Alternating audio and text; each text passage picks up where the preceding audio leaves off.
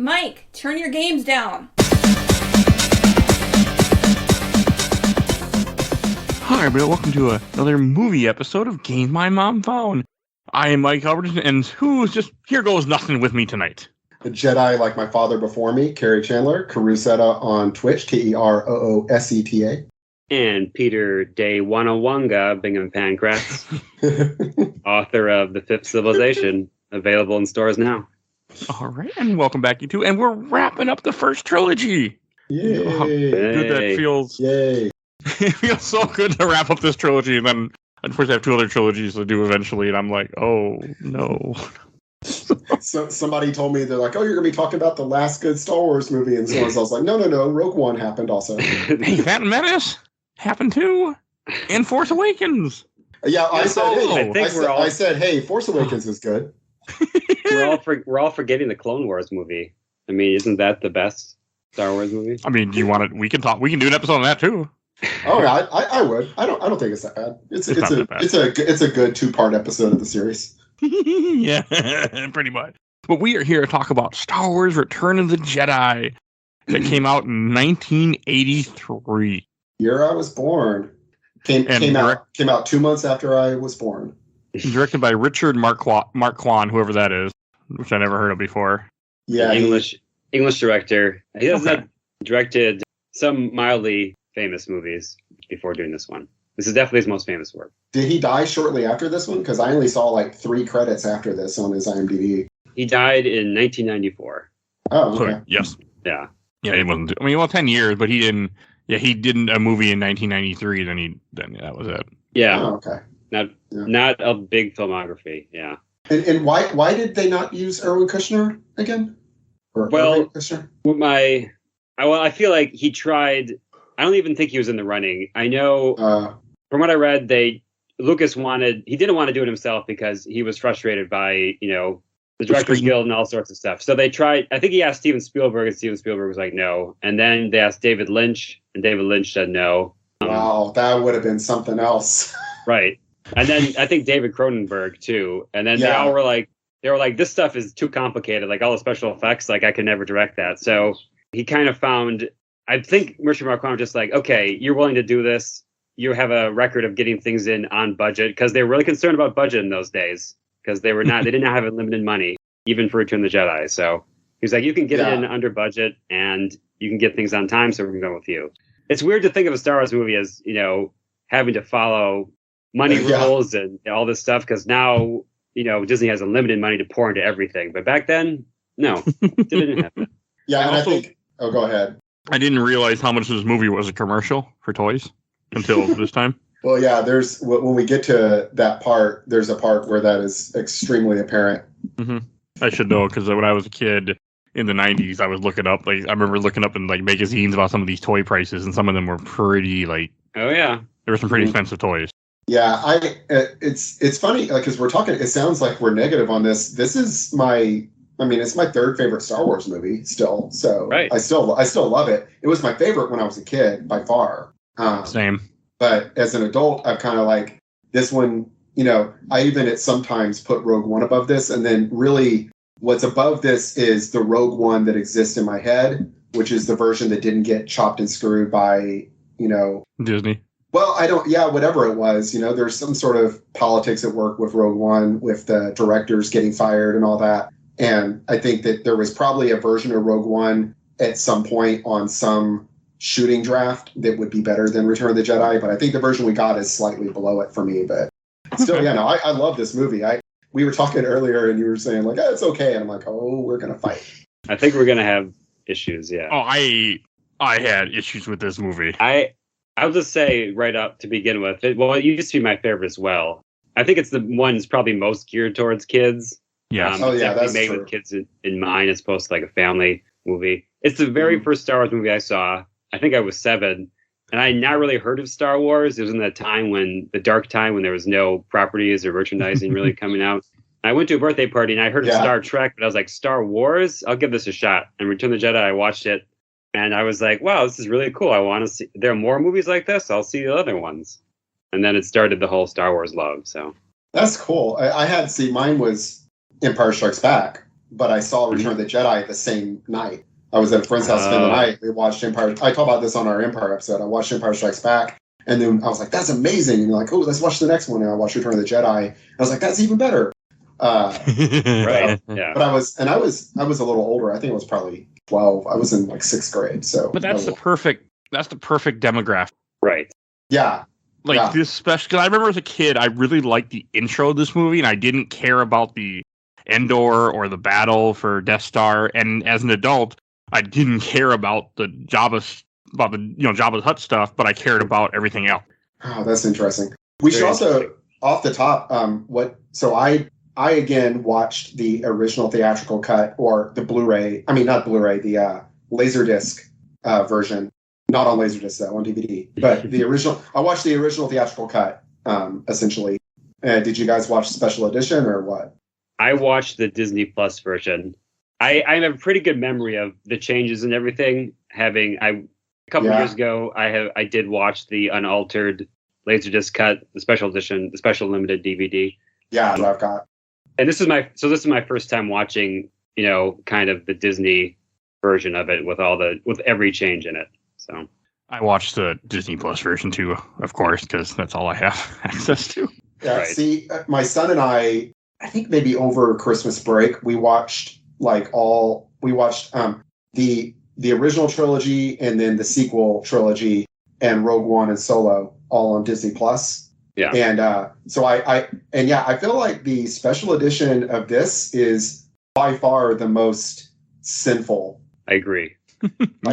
Sin against taste, and it has one of the worst added scenes, like in Jabba's palace when you have the dancer who falls in with the Rancor. In between that scene, they cut in a stupid CG singer that isn't speaking any language. You have some other idiot that's singing blah blah blah blah like a Muppet. Yeah, that's also but it's CG. not a Muppet. It would have been better if it was a Muppet, but it would have been. And you have Boba Fett Muppet. touching one of the dancers' chin like he's gonna kiss her or something, just randomly. Yeah. They're like, Boba Fett's cool. Let's make him do that. I'm just like, and it doesn't look right. The armor looks different. The only good thing about that, the only good thing is the dancer. The Twilight dancer girl, they did more scenes of her, and they brought back the original actress to do those scenes. Cool. Yeah, I was reading about it that she's like she's like an aerobics person that's like in super good shape. So she was able to just as good 15 years later. And so she's the only person to reprise her role in the special editions. It's just not.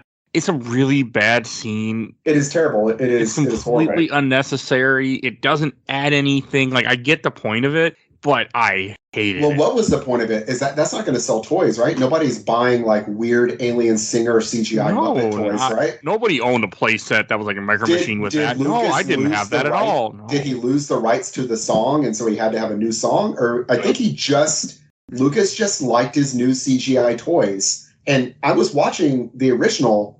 They look real. The Muppet, when you use a puppet like that, it looks like an actual creature is on that stage singing. Yeah. It looks like that could be an actual alien that I'm watching sing. And the CGI looks like a terrible cartoon. My other issue, my big issue now with Jabba's Palace that I didn't have as a kid is that none of this makes sense what they're doing, and I have no idea what their plan was. What do you mean? What do you mean doesn't make sense? I think it makes complete sense. What do you mean? Okay, so his plan is send C-3PO and R2-D2 there and give themselves up. He hides his new lightsaber in R2-D2. Okay. But then Leia goes there with Chewie and gets captured. Yeah, so I think the deal is that they had multiple contingencies going. I think that C-3PO and R2-D2 are there to be their people on the inside. Leia is supposed to try to get in and get out, but she gets caught. I don't think they intended for Leia to get caught. Now, Luke coming in with a blaster, when he could have come in with his lightsaber and gone in, but he maybe knows that he can't take on the 80 mercenaries in that room. But yeah, I mean, I do get it is a little convoluted, but I mean, I think it to me it rang similar to the fun adventure movies that we had in the 80s of, Indiana Jones and stuff like that. It had that kind of it's a little convoluted and silly, but it's fun and everything kind of logically follows from one thing to the next for the most part to me. I do agree their plan is a little baffling. He didn't bring a blaster. He takes the blaster from somebody else. You're right. So he comes in unarmed, which would indicate that they don't let you in armed. And the only way, I guess that actually does make sense, because the person that answers the door for you is a robot, is a droid, and he isn't going to be able to Jedi mind trick a droid. Okay. And I assume that droid like scans you and makes sure you're not carrying weapons. But R2-D2 has because he's an astromech droid, he has shielding, so you can't see that he's got a weapon. Plus, what would you know is a weapon versus not a weapon with a droid? I guess. Yeah, we took it apart. Yeah. That's kind of my headcanon for why he has to go in there unarmed, is he's not going to get through the door without it. Peter, what do you think? I agree it's a little convoluted, and I don't think it's meant to be scrutinized too closely, because there's a lot of coincidences and things that everything had to happen to go this way. But I feel like I agree with Kerry. It's an adventure movie. It's like a serial.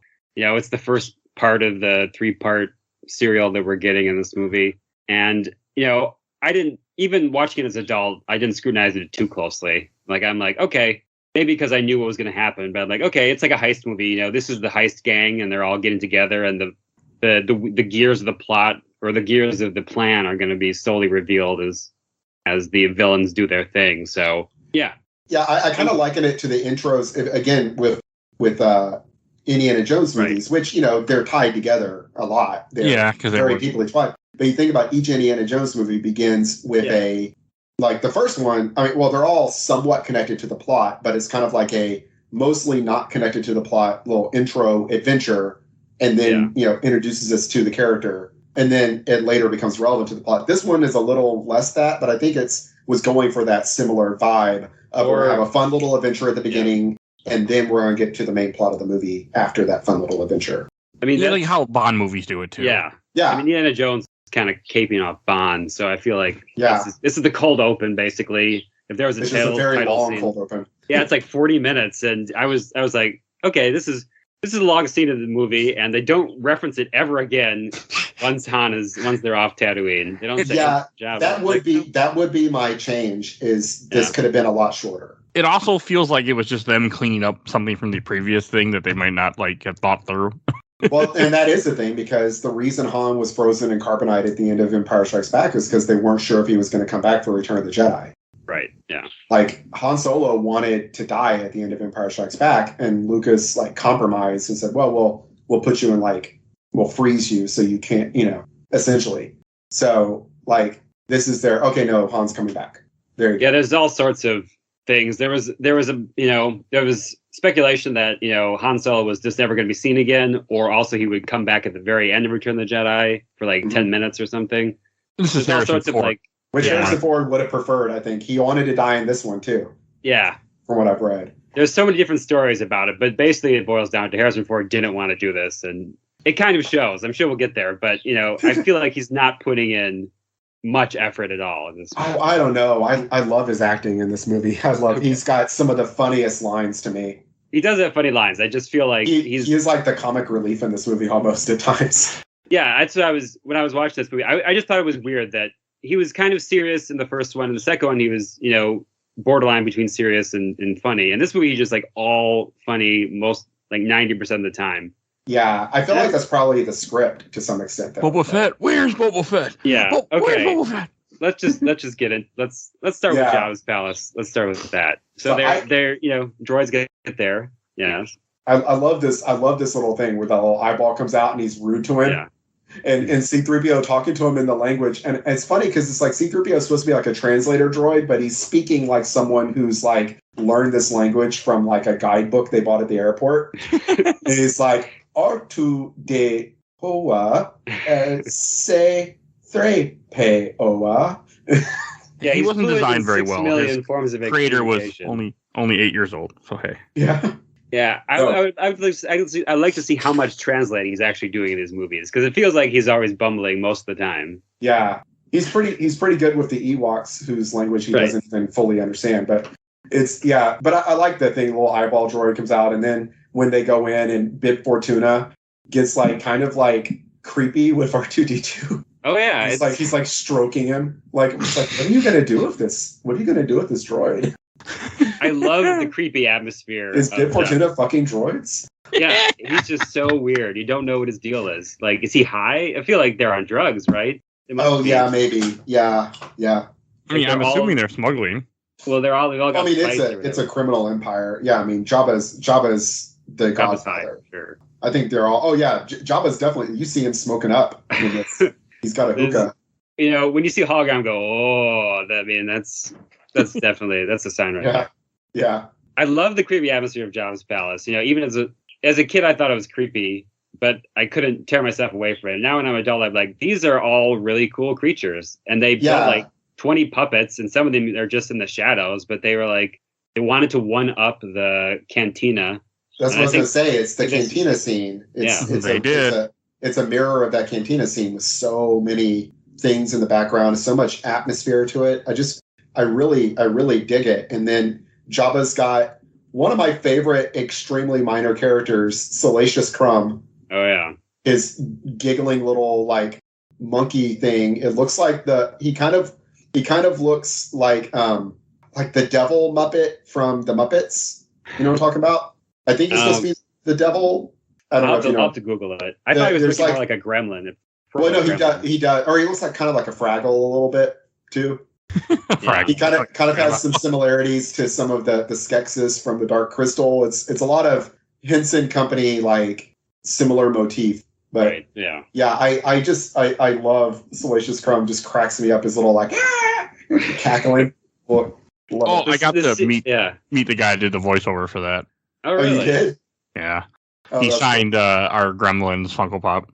He signed our Gizmo, even though he's like, I didn't do Gizmo, but you'll never meet. I think it was Howard Mandel. He's like, you'll never meet him, so I'll sign it for you. It's not Frank Welker. It's not him. Is it somebody else? I don't remember the guy's name. Okay. Let's just know that on his little booth had something to do with that puppet. I think he did the voice, or at least he was involved. He was somehow involved with that puppet. Is all I know that for sure. That's fine. And he was cool. I can say that. That's good. He was nice.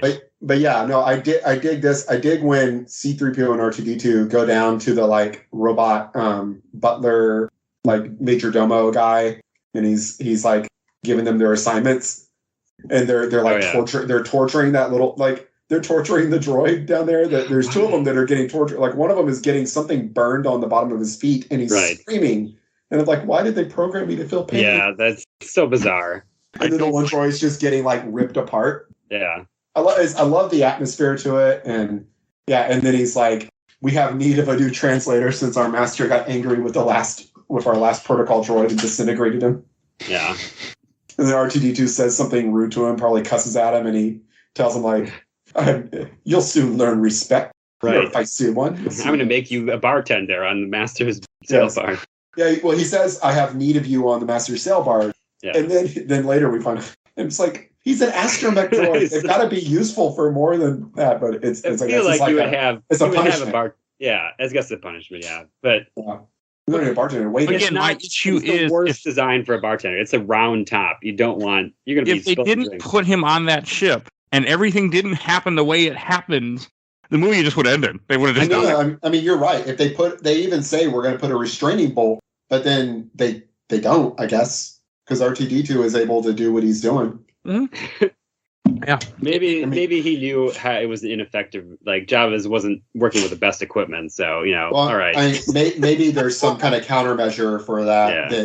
Yeah. And technically they don't say the guy says fit him with a restraining bolt and referring to C-3PO. He never says it for R2-D2, but he would do it for R2-D2 because R2-D2 is the one that's being insubordinate. So if you start picking it apart, you're like, this doesn't make sense. And you're right. Luke's plan did depend on R2-D2 being on the sail barge and being able to get up on the upper deck of the sail barge. But that's his backup plan, I guess. Well, I don't know what plan. I don't know. Was the original plan for R2-D2 to give him a lightsaber in the throne room, or was it? So I don't know. In the throne room, like he fails miserably. Like I feel like his plan was to come in there and go, "You will release my friends," and then when Jabba goes, "Won't work on me," like he's like, he just fails. And then backup is I'm just going to steal a blaster and try to shoot him while I'm surrounded by all these people who could easily shoot me in the back. Yeah. It doesn't. That part, I agree. Luke's definitely being overconfident here. He's in over his head. And when he gets to the Rancor, he knows he's in over his head. He's like, oh crap, I shouldn't have done this. I mean, he still succeeds, but it's barely. And I guess I didn't realize the stupidity of how he beats the Rancor. I don't think it's stupid. As like it's innovative. Yeah. What's stupid about it? Do you just mean it's like he doesn't beat him through brawn? He just kind of uses the environment against him. Is that what you're talking about? Oh, did we lose Mike? Yeah, Mike withdrew in shame. Oh no! From his Rancor talk. Yeah. Well, are we going to keep going? I don't know if he's still recording. He's going to have to edit all this out. He will. I was say I like that because he has to use his brains to beat it. Yeah. The thing that always struck me a bit, where I was like, well, that I would have liked better is if he force pushed the button. Instead, he like picks up a convenient rock and throws it. For a skull. It's a skull. Oh, it's a skull. Yeah. Okay, so you mentioned that you didn't like the Rancor. If this sounds a little weird. No. You said you didn't. We liked it. Whoa. Yeah. I actually don't even know because we had a little bit of issues. So just in case that, depending on what you hear, Skype decided to cut out on me. I had to restart my entire computer, and Skype decided, like, oh, since the host is gone, we're not going to record anymore, which is not how Skype works normally. Yeah. That's fine. Peter and I were talking about his excellent book, The Fifth Civilization, on Amazon now. Okay, if that's on there, I'm going to leave all that in the cut if it didn't get cut. But assuming that. When you dropped, Peter and I were saying we do like the Rancor fight because he has to use his brains to beat the Rancor. He doesn't force choke the Rancor. He doesn't just beat it down. He has to, think quickly. He puts that bone in its mouth to stop it from biting him, and he throws the skull and hits the button just right, which he would be able to do. What's the issue? Anybody could have done that. Well, I don't know. I think anybody could have gotten lucky and done that. Do we? Yeah, that's a question. Do you think he used the Force? No. I think he just. Well, again, my other issue is that you're going to go into a heist. You're going to go sneak in here to rescue your friend and take out a fucking crime lord. Maybe you should have you should plan in place. Not it feels so haphazard. Like he has no idea what he's doing in this part. He's 21 years old and a farmer. It's 21-year-old farmer who's trained as a kung fu monk for maybe 8 months of his life and been in a couple of star fights. He made a mistake. He should have researched it and known that Jabba keeps this Rancor and not to stand on top of the Rancor cage, but he didn't know. Yeah, my other issue with it is just the fact that I just felt like I wanted to see him use his powers something that made him special to why he survived this, not just he stuck a bone in his mouth. Well, but I guess my point with that would be that if he can just use the Force to get out of everything, that's kind of the problem with the prequels is we don't see characters actually having to struggle and use their brains. We see characters just swinging their lightsabers super fast. And, but I did say that I would have liked to have seen him Force push the button at least. Or something special. Yeah, that would have been it. But I still like that he's able to do it without he doesn't need the Force because he's smart. And he thinks, well, maybe he's not smart, but he thinks in the moment, he thinks on his feet. Yeah, I guess. So we say it's something anyone could have done, but not anyone, because the guy that falls down there with him gets eaten. Because I think it's something Indiana Jones could have done. It's something James Bond could have done. Yeah, I also felt the reason that having that other pig fall down worked as a distraction for him to kind of deal with the situation because he was busy having breakfast before he went on for lunch. So I like that the pig falls down there too because he's like what? You can see him flailing as he falls down. He was just standing too close. Yeah, and I like when the Rancor keeper comes in. He just cries. He starts crying. It's a beautiful moment. I don't recall. On the special edition, is it incredibly clear that he's standing in front of a green screen or a blue screen? I don't think so. In the original theatrical cut, it's almost like he's standing in front of a projection screen of the Rancor. It does not look good. Yeah. When the guy comes in, when the keeper comes in. And it's cleaned up in Disney Plus and the Blu-ray or whatever. It's definitely cleaned up. If you're looking for it, you'll see it. But if you're just a casual viewer, you probably won't notice. Yeah, in the theatrical cut, it's night and day. They're not lit at all the same. And I was thinking, if you made this movie now, he would walk up and put his hand on the Rancor's head, right, and kind of stroke him or something and start crying. But instead, he stands 5 feet from the Rancor and turns around and starts crying. Yeah. But anyway, so I always like that. I just like the big chubby guy like crying, and the other like gorilla man alien comes in and kind of pats him on the shoulder. It's okay. It's okay. It's okay. It's okay. And it's like some humanism. It's like not everybody here is like pure evil. Like there is someone who cared for the Rancor and loved it.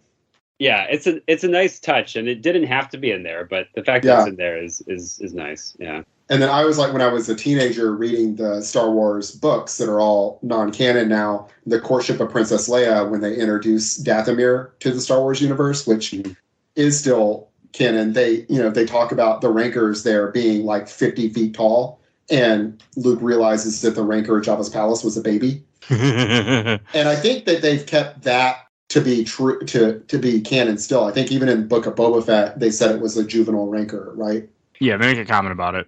Yeah. Yeah, they made it canon again. Danny Trejo says that. I think it's Danny Trejo. Who doesn't need to be in that, that show. Yeah. We'll do an episode all about that show, please. Yeah.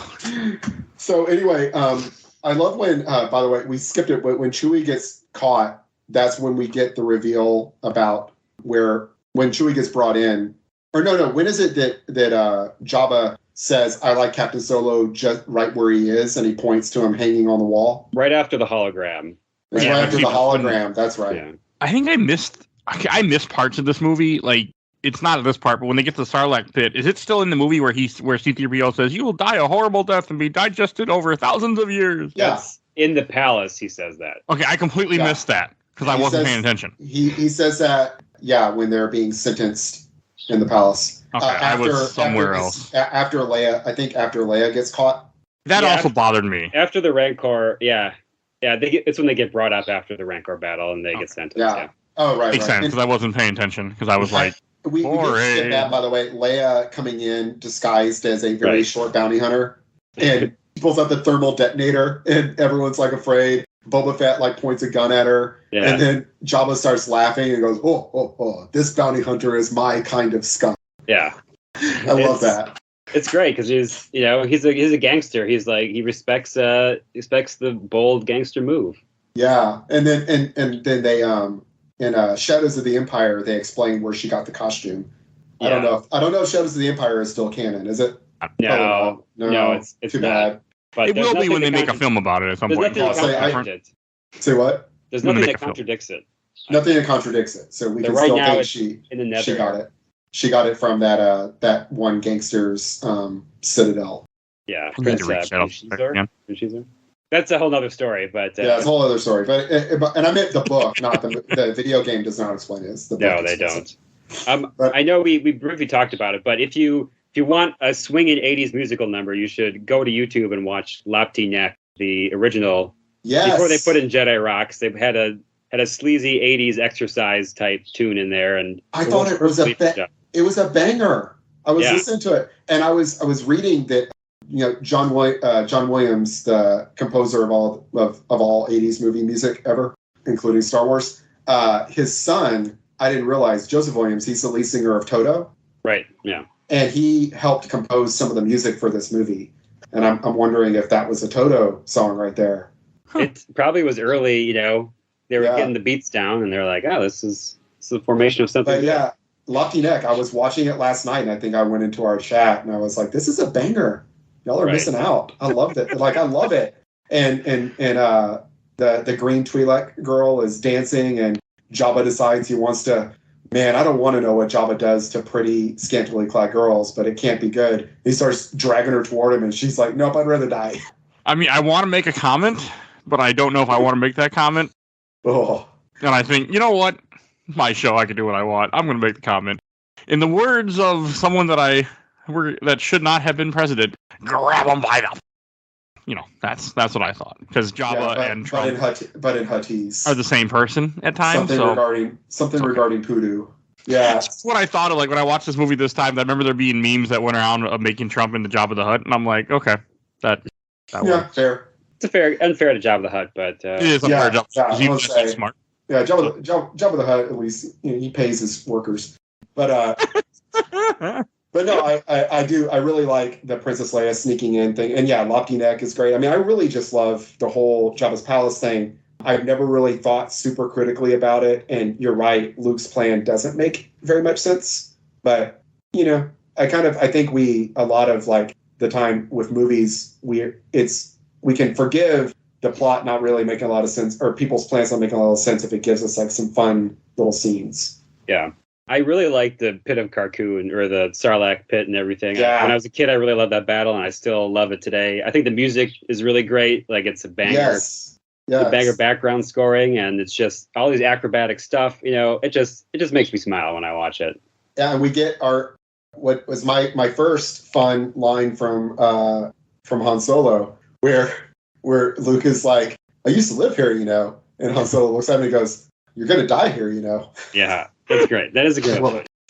They really did give him a lot of comedic stuff in this. Like, I guess I didn't really realize it. There's a ton of comedy in this movie, like more so than the other two. I mean, I guess part of my issue was that to me, I was just bored. I was bored during this part. I wasn't entertained like I normally am with stuff. Like, this just kind of bored me. Like, again, it felt very much like a kid's movie. Here you have Leia in this, scantily clad bikini outfit, slave outfit. Oh man, like that was that slave Leia outfit was very important to me as a teenager. Well, many people. I also know that figure was rare as hell in the Power of the Force set, I think is what it was. Yeah. I remember that being a rare figure. My friend had the entire set, and I remember he had a hard time finding Leia in slave gear. Yeah. And I was still younger, so I didn't care. Oh, but before we move on from I do need to say I have a story. So the Rancor part, when I was 9 or 10 years old, I went to Peter's birthday party, and we saw the special edition of Return of the Jedi in theaters. And I remember young Mike was terrified, because I knew the movie, of course, I've seen it on TV. I was terrified of the Rancor in theaters, so I stayed out of the theater until after the Rancor part happened, and I wouldn't come in.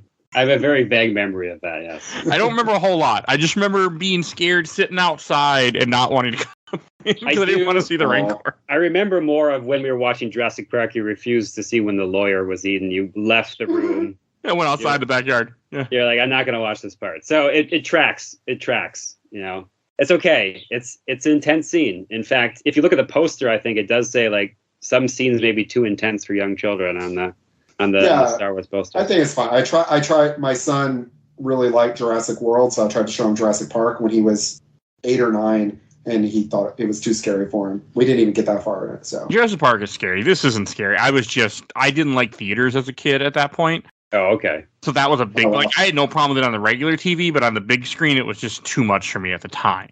Now, not scary, but yeah, well, we have new horrors to look forward to. Anyway, so the sail barge, I had the micro machine of the sail barge. It's not a very exciting looking micro machine, but I do have it.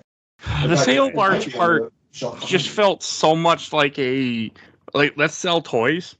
And I just don't care for it because his whole plan, everything could have failed if they just decided to, instead of letting him jump off his own, why don't we just shoot him into the hole? Why don't we just shoot him in the leg? Why don't we just stab him? Like, no, we're going to make him walk the plank like we're pirates. Well, I mean, again, it's a fun action, I know. But also that was Jabba's whole thing is he wants to throw these people in alive and make them die from being digested. Unless you have Mandalorian armor on, then you're okay. Yeah, well, that wasn't the original plan. I know. I mean, I guess this part to me was cool, but it bothers me that Boba Fett does nothing. He flies over, he ties up Luke, and then he gets hit. I mean, and that's pretty much all he does. You shouldn't do much better than that against a Jedi, but I hear you. Mandalorians are designed to kill Jedi. Well, I mean, according to current stuff, Mandalorian wasn't a word when this was made. We can't judge these movies by what later stuff came up. Is my contention. No, you're right. There's no such thing as a Mandalorian when this movie came out. He was just a bounty hunter with cool looking armor that only covers his arms and chest and head. I think he did pretty good against somebody with a lightsaber. He should have used his flamethrower. He would have won. Yeah, he should have used his flamethrower. But he also just got unlucky. Yeah. If he had gotten hit with a pike in his jetpack, he would probably be okay. Which led to some uninspired sci-fi writers later claiming that Han Solo has a secondary kind of power called luck.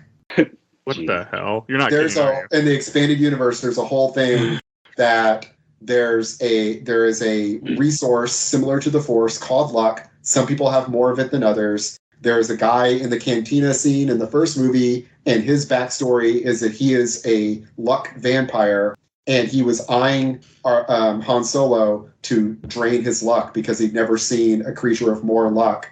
I'm glad they made that non-canon then. That's terrible. The expanded universe sometimes got very dumb. Right. But I read that guy's backstory. I had the character guide when I was a teenager that had like every random minor character you could think of and their whole backstory of where they're from and all that. And that was that guy. The explosion of the sail barge is brilliant. I think they built like a kind of scale model or whatever, but it's probably the best explosion in the movie, I feel like, because that looks so real. Yeah. I mean, that is the thing. It looks real because it is real. That's what I love. That's what I love about these old movies is they actually did the stuff. They built these amazingly detailed, incredibly expensive scale models, and then they actually literally blew them to pieces with explosives. And so it looks so good. It looks so much better than. That's why, as if you watch the special edition, like some of the explosions look a little too clean. I don't know how to put it, but no, you're not wrong. It did look clean. I mean, I liked it, but I only really know the special edition of these movies. So it's I just love this. It is very much like a pirate. It is Errol Flynn, Robin Hood swinging around, jumping around stuff. I love it where he jumps up in the air, catches the lightsaber, comes down, just starts murking people. I mean, Luke kills like 15 people. Right. But it's kind of funny because it appears that when a lightsaber hits you, it's like being hit with like a stun baton. Yeah, it doesn't. No injuries, no decapitations. He's full swinging into people, like into their chest and their arms and heads, and they're just going flying from him. So he had his lightsaber set to stun, but still, it's fun and yeah, like Boba Fett gets him. I remember when I watched this the very first time, my two friends that I was with, I mentioned in the Empire episode, that they were like convinced that Han Solo could use Luke's lightsaber because Han Solo secretly has the Force, because kids just make up weird stuff like that. And when this happened, when Han Solo's down there and Chewie says something to him and he goes, Boba Fett, where? Where Boba Fett? They said, no, see, he said rocket pack, where? Jeez. And I'm like, no, I don't think he's saying rocket pack. No, he's not. Yeah. It's one of the rumors of the schoolyard. Yeah. But yeah, I like that. And then Boba Fett is just so ignominiously just done away with. Right. And I was reading, like, Lucas just didn't realize how popular Boba Fett was at that point. He didn't realize it, like, or else he said he would have given him like a better death in an interview he had later. Okay. So, well, maybe, he should have hated it. I mean, I thought it could have been a little better, but then you think, like, in Attack of the Clones, Jango Fett gets a really cool fight scene with Obi-Wan, but then the next time we see Jango Fett, he just gets, Mace Windu just casually cuts his head off like it's nothing. It runs in the family, yeah. Yeah. It's like, eventually you're just going to go down. But anyway, I love Leia in her just perfect costume choking Jabba to death. Right. Yeah. I love that idea of that Leia rescues herself. She just needed a distraction. Yeah. I do too, because they needed to do something to make her better than what she was being. Yeah, and the thing is it's interesting because in the first movie, she is a straight up badass, right? Yeah. She's just a straight up badass. And in the second movie, she doesn't really have a lot to do. She isn't really involved in any action whatsoever in the entire movie. And she is just kind of the damsel in distress a little bit in that. And in this one, yeah, she gets to actually, she kills the bad guy. And then later she takes out several stormtroopers later in the movie. And, so I like that. I was reading like a thing that she had complained about her costuming in the first two movies, especially the second one, that she felt like she was being dressed up like a man. And so, well, so Lucas is like, well, wait till the third movie. We got something for you. That this costume, it didn't fit quite right. So they had to do lots of takes because she kept falling out of it. That makes sense. We have to keep it PG. Yeah. It's something for PG, but yeah, I like that. She chokes him out. And when they turn to C-3PO and Salacious Crumb is like eating his eyeball. Okay, that was good. Yeah. Oh, it just didn't do it for. I don't know. I wasn't as happy with the. I remember loving this part as a kid, and I just wasn't really into it this time with everything with the ship and just in general. Like, I actually enjoyed the movie more once they split up and they go back to command, and then Luke goes to go see Yoda, which I don't care about Yoda at all in this movie. Well, Yoda wasn't originally going to be in it. They brought him. They kind of broke that in kind of last minute. I like that scene though. I think I love it. I love it. Yeah. I mean, the thing is, like, I'm working up the courage to. It's not about the pain, about the money to get my next tattoo, and it's going to be a Yoda quote, though one from Empire, not from this one. But I watched the Yoda scene. I watched it over and over this time. I watched it like 4 times to catch like every word, because like, and it made me tear up. Like, Yoda was like really important to me as a kid. Still is, actually. But yeah. I was going to say one last thing about the sail barge scene. Yes. Luke gets distracted and he gets shot in the hand. Yes. Could easily have just gotten shot in the back of the head, because that guy could have had a clear shot on him and then just randomly shot him in the hand. But that's so that is for a payoff later. So I thought that that's important. They established that. They need to remind us, hey, he's got a robot hand, because of a very important scene we'll talk about in probably like an hour from now. But okay. But yeah, so then they split up. They go to Dagobah. Luke goes to Dagobah, and we get we get Yoda dies. The only Jedi who dies a non-violent death in all of the Star Wars movies. Yeah. Except for kind of Luke, but kind of not. Yeah. But yeah. I mean, Luke like burns himself out with the Force. I guess that's not necessarily violent, but he does it to do something to fight someone in a way.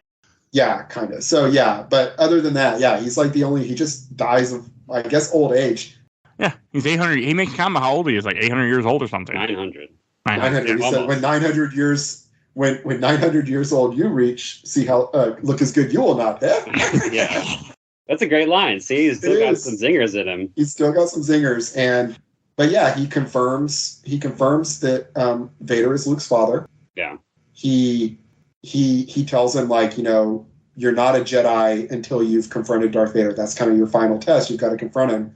And I like this thing. He says it's unfortunate, and Luke is like, what? It's unfortunate that I know the truth. And he's like, it's unfortunate that you have to face him in spite of knowing the truth. Like, it would have been better if you could have faced Vader without realizing, because as far as they know, Luke's got to kill Vader. And it's like, that's got to be hard now that you know this is your father. That complicates things for you.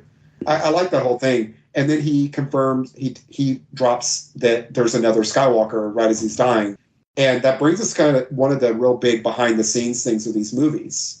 So after the first movie, or maybe after the second movie, it was after the first, Lucas had decided he wanted to make 3 trilogies. He wanted to make this trilogy about Luke and Han and Leia and all that, and Darth Vader. He wanted to make a prequel trilogy about Obi-Wan and Anakin. And he wanted to make a sequel trilogy about Luke going off and searching for his long-lost twin sister, Nell Skywalker. And after the chaos of trying to make Empire Strikes Back and he and his wife getting divorced partially because of it, he decided, I'm done with Star Wars. We're going to nip this in the bud here. And so we're just going to say Leia's the sister. But that was never his intention. Okay, but it was kind of like, I can nip it in the bud right here. We can nip it, because we set up near the end of Empire Strikes Back. Yoda says, no, there is another. Yeah. So we've confirmed that there's another Skywalker, or there's another Jedi potentially. And then we've also set up this love triangle, with Luke, Leia, and Han, where obviously Leia and Han are the ones going to end up, but there's still this third person. This nips both of those plots right there. It's like, nope, it's Leia. She's the twin sister. So that she's the other Skywalker. And now there's no love triangle to worry about. And a lot of people didn't like that. I mean, I think it works. I think it works just fine. It does introduce some issues later when they add more stuff in, like, which I think, we've discussed with the Obi-Wan series. Yeah. She's over here. I don't know. It does introduce some potential plot, not necessarily holes, but inconsistencies with new things they put out. But I think at the time, it was a good way to do it. But I also kind of would have liked to see this sequel trilogy about Nell Skywalker. I would have too. I think that would have been more interesting than what we got. So, or is it Nell, Peter, or is it Nella? I don't remember the exact name. Yeah, I think it's Nell Nell or Nella, but I never even knew this. Yeah, I do know. I mean, the thing of Leia becoming a sister was definitely something that was just added to this movie. It was not in any of the other two movies. There's no hint of it, and I don't think there's any, evidence that Lucas, was writing it that way. You can see it if you look at it retroactively. You can see it in kind of Empire Strikes Back. You can see some of that in there, but there's no evidence that George Lucas was planning that. So yeah, I feel like the only seeds of it are he definitely planned for there to be a twin or another Skywalker, or at least another potential Jedi. He definitely planned on that because Yoda says, no, there's another, whenever Luke leaves Dagobah. And then the only thing that I think kind of makes it maybe a seed of it is that when Luke is trying to speak to Obi-Wan, Leia's the one who can hear him calling for help. Yeah, I do think that. I mean, that certainly is evidence that could be the heir too, yeah. And then certainly when you look at it, if you know that they're brother and sister, then you say, oh, that's why. Yeah, okay. And they are the same age-ish, right? Like Luke is supposed to be like an older teenager, probably about 18. I mean, Carrie Fisher was 18 when they made the first Star Wars movie. Yeah. So it fits that they would be they could be twins also, I think. Yeah, the reason I don't think, because I think in first drafts of this Return of the Jedi, there were other planets they go to, and I think they go find Han Solo's father or something like that. Yeah. Like Nell Skywalker is the original draft. I mean, Nell Skywalker is mentioned. I mean, at the end of the movie, like the original ending is Luke is going to go off to find Nell. Yeah. That's how the movie. That's the original ending. So I mean, it's for sure that Leia was not planned to be the sister. That's confirmed. Right. But the original ending was Luke was going to walk off into the sunset was going to ride off into the sunset, so to speak, in search of his sister. But I think it works. I think it works. We get Obi-Wan back. Right. And I do like that Luke is mad at him for saying, why didn't you tell me? He's like, well, I did kind of tell you from a certain point of view. From a certain point of view. And you can tell Luke is not convinced. Like all I could think of was, well, that's what he said to me. So from Obi-Wan. That's all I could think of. Yeah. That was rough. I read in preparation for this, I kind of read through the Return of the Jedi novelization, and they cut out. I don't know if this is in the script, but it's definitely in the book where Obi-Wan tells him more about how Darth Vader came to be, and he says we had a fight over the Force, and Anakin fell into a molten pit, and when he crawled out, he was more, he was a shell of his former self.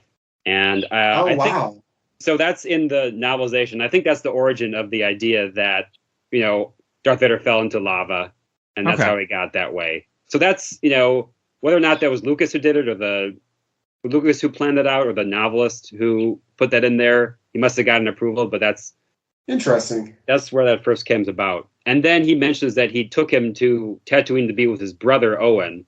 So at least in the original, and I don't know if that's that Owen was supposed to be his brother, but Owen Lars was supposed to be Obi-Wan's brother. I don't know if they. Obi-Wan's brother. Yeah.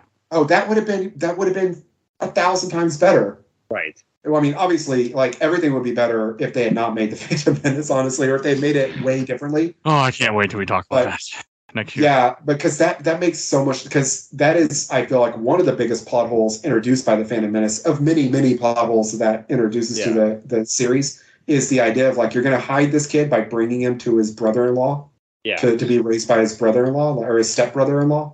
It would definitely make more sense to be like, oh, Obi-Wan's like, I've got this brother who's a farmer on this planet way out there. He'll live with him, and no one will ever look there because no one will ever go to Tatooine because it sucks. It's like if Anakin had any reason to think the twins were alive, then that would be I guess technically you wouldn't look because you would think no one would be stupid enough to hide him with my own family. So I guess he'd at least send an operative there or something, maybe. Yeah, I would have sent a probe droid or something, but I don't know. But anyway, I didn't. That's interesting. I do think it's better not knowing that less is more with things like this. Right. Yeah. We don't need to hear that he fell into a molten pit and was burned, and that's why he has the breathing thing. No, it's fine. Something happened to him, obviously. Yeah. That's enough. We know that something happened to him to where he's got a bunch of scars and stuff, and he has to wear like a breathing apparatus. Yeah. And if he's not wearing the breathing apparatus, he has to be in a giant egg. That's all we need to know. If he had said, "Oh, we fought on a giant floating platform in a lava pit with all these other droids, and we kept hopping from." I told him not to do it. That I had the high ground, but he didn't listen. Right. Yeah. Then we would say, "Okay, maybe this is Obi-Wan. You're kind of rambling a bit." But yeah. Anyway. Yeah. I just thought it was an interesting tweet. Oh. Yeah, that is interesting. And so Obi-Wan confirms that Leia's the sister. Right. Yeah. Luke just kind of guesses it.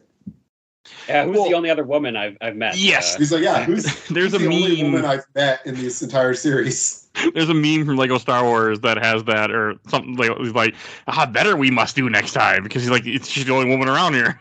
So. I will say, it's like, well, let's see, there's only one other female character with a speaking part in the entire movie. It's not Aunt Beru, and then he hasn't met Mon Mothma yet, so he hasn't met Mon Mothma exactly. She's older, so right. Yeah. I mean, unless it was that dancing Twi'lek girl, but we don't, we're not the same species, so it's not her.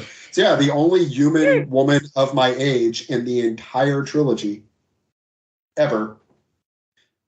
Guess that's who it would have to be. Right. Yeah. It's kind of funny. Yeah, that is funny. I never really thought about that, but it is a product of the time. That's why and I'll say, I try to find something good about all the Star Wars movies, even the ones I don't like. And Rey is one of my favorite things about the sequel trilogy. I think that was a good move.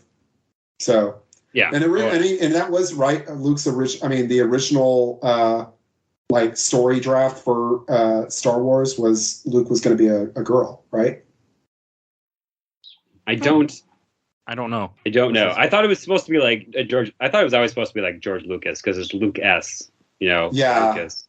Well, I think that the original idea was Han Solo was going to be the main character, and then Luke and Leia were combined as one character. It was going to be the princess is a Jedi. It's going to become a Jedi. It was the original idea back when he was very first coming up with the idea of Star Wars. I know that Luke was going to be female originally, and I think it was just Luke and Leia were going to be the same character. But anyway, yeah. So we get that, and then we find out Luke's plan is that he wants to try to bring Anakin Skywalker back to the light side, and Obi-Wan is just convinced, nope, that's not going to work. No, we've already lost. If you're not willing to kill him, it's I didn't train you for peace. I trained you to kill people. When I fought him on that rock planet and he threw a bunch of rocks on me, I knew that it was impossible. I tried again, but it didn't work. No, he doesn't say that. Yeah, it's like Luke is the only one who can, even Leia tells him later, even kind of Leia's skeptical later. So Luke's the only one who believes in Anakin in this movie. But I think that's also, I love the message of this movie. I love that is really the light side is, hope and forgiveness and not violence. He goes to Vader unarmed, Yeah. And because he believes that, that there can still be good in him.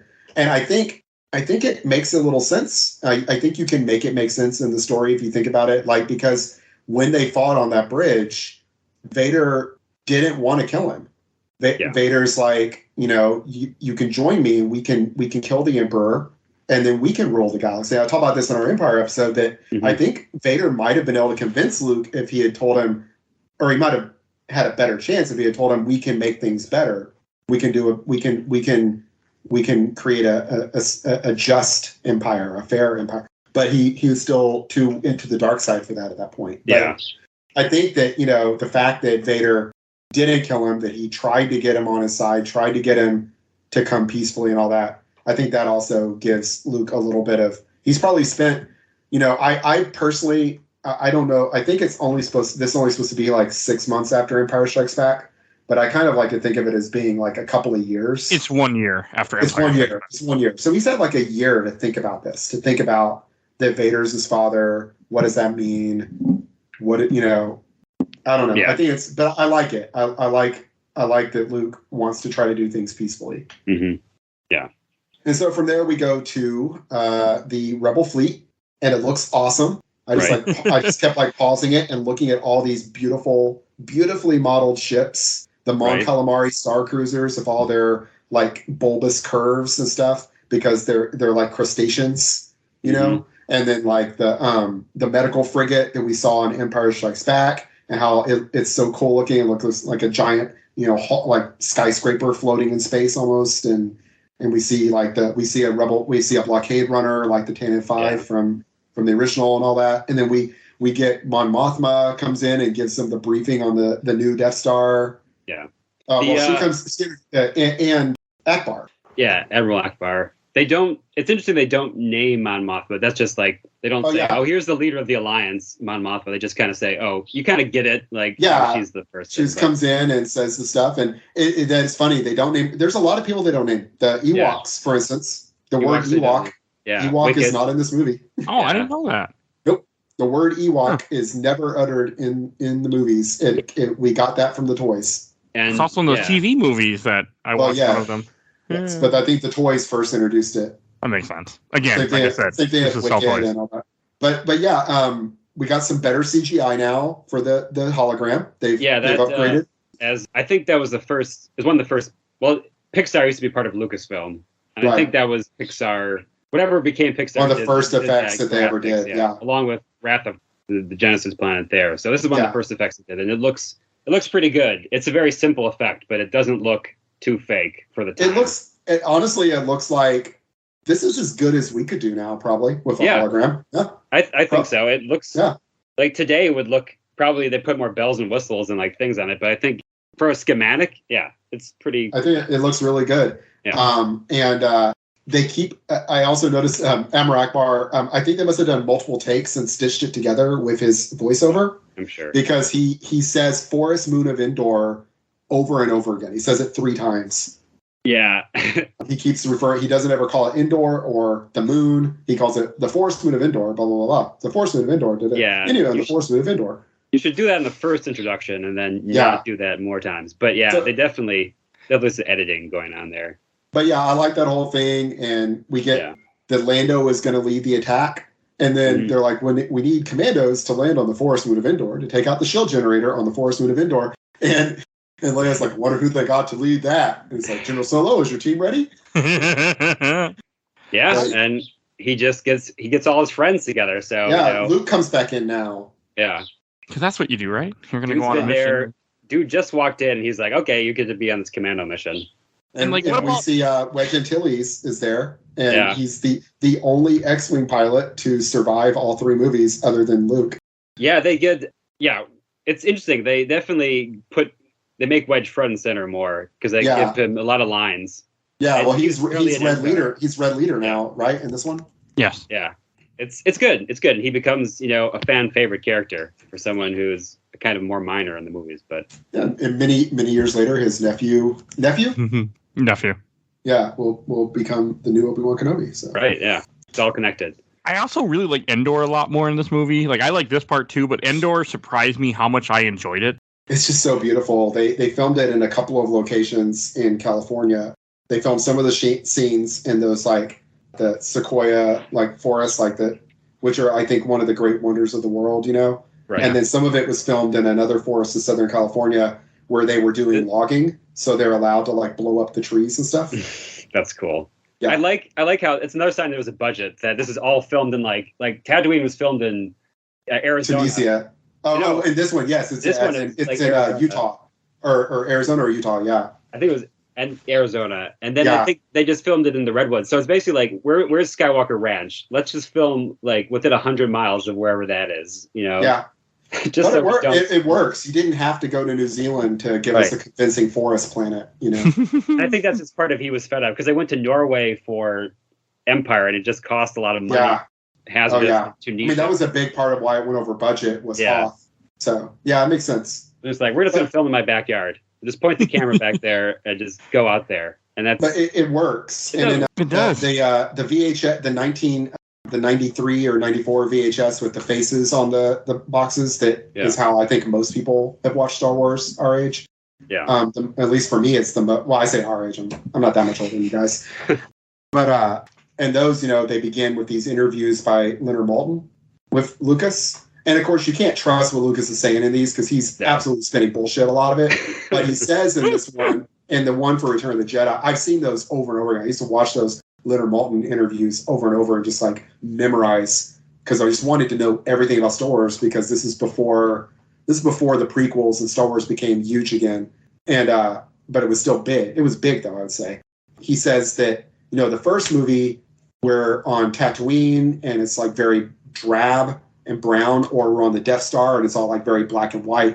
He says the second movie, we really, it's like we're on Endor and it's we're on Hoth and it's very black and white, or we're on Bespin and it's got these like soft pastels. And he's like, and now with Return, everything's green and brown. It's much more forward. And he's talking like that's what it was. I don't know if that was really going through his mind or not, but I do think you see it in the movies that there's kind of like a color shift. But I like it. I also like kind of politically the idea. Well, we'll get to it, but I like when they go down on the forest and they don't land at the base they're going to, I guess, because that would have ruined the element of surprise. Yeah. We missed one of my favorite Han Solo lines.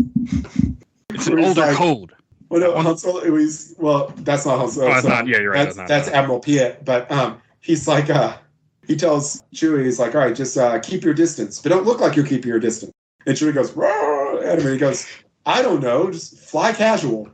It is a good, that's a good bit, yeah.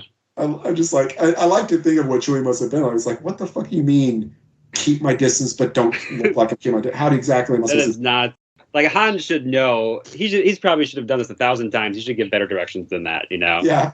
But I love it. I like the comedy. But yeah, so they get down on the planet, or on the moon, and the speeder bike guys, who have my favorite stormtrooper costume, the scout trooper costume, my favorite stormtrooper costume variation. Yeah. And Han Solo has like a good little fight scene with one of them where they're just like judo throwing each other. Oh yeah. But yeah, so we get like the speeder bike chase, which was one of my favorite action scenes in Star Wars. Oh yeah. It looks so cool.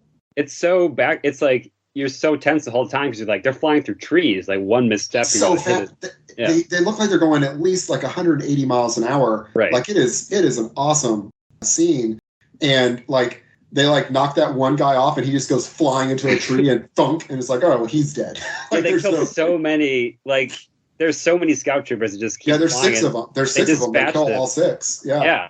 Like they dispatch them each in a new way or whatever. And one guy just hits the tree by accident. He's like, he knocks Leia off of her speeder bike, and then he's like looking behind him like, aha, I got her, and then turns around like, ah, and hits the fallen over like sequoia. But yeah, and they have and Luke like falls off, and then right there the guy fucks up because he should have just kept on going because they got to let everyone know, hey, there's rebels here. And he says like, no, I'm going to finish off this guy, and hangs the Yui, and Luke pulls out the lightsaber, and I love it. He like deflects and then he chops the stabilizers off. He like steps to the side and chops stabilizers off. It's very like samurai looking of him, like sidestep, chop down.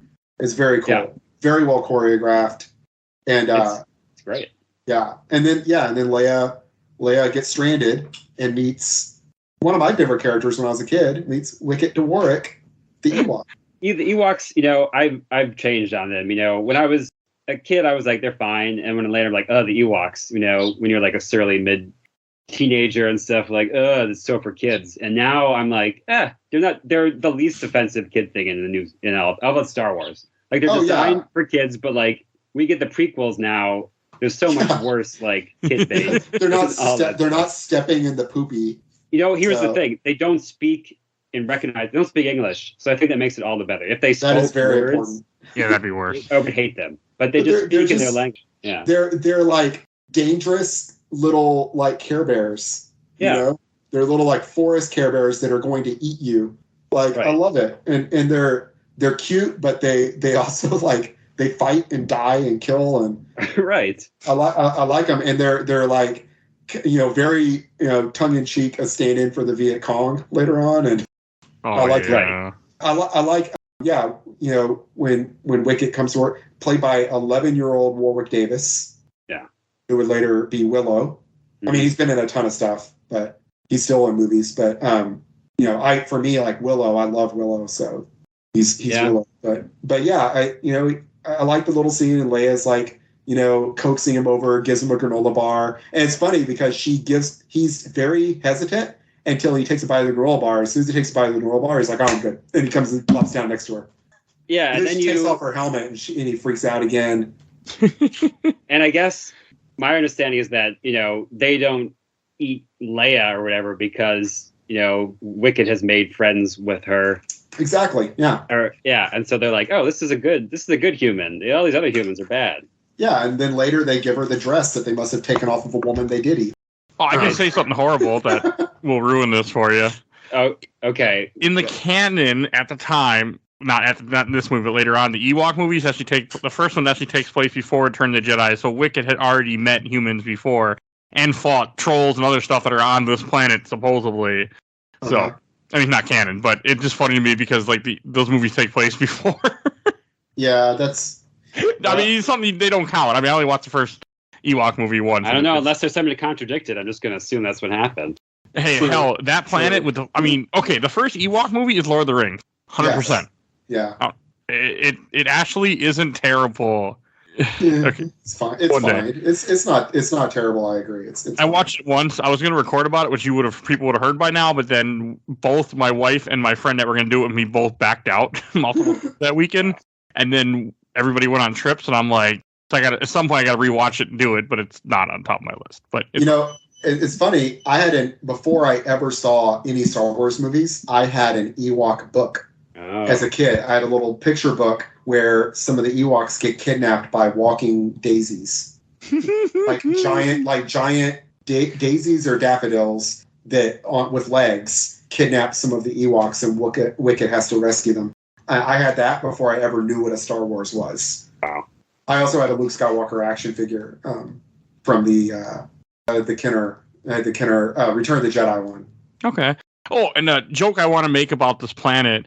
This is retcon, but this is, I guess, canon now, that the old guy that just happened to be part of this team is Rex from the Clone Wars, supposedly now. Did you guys? Okay.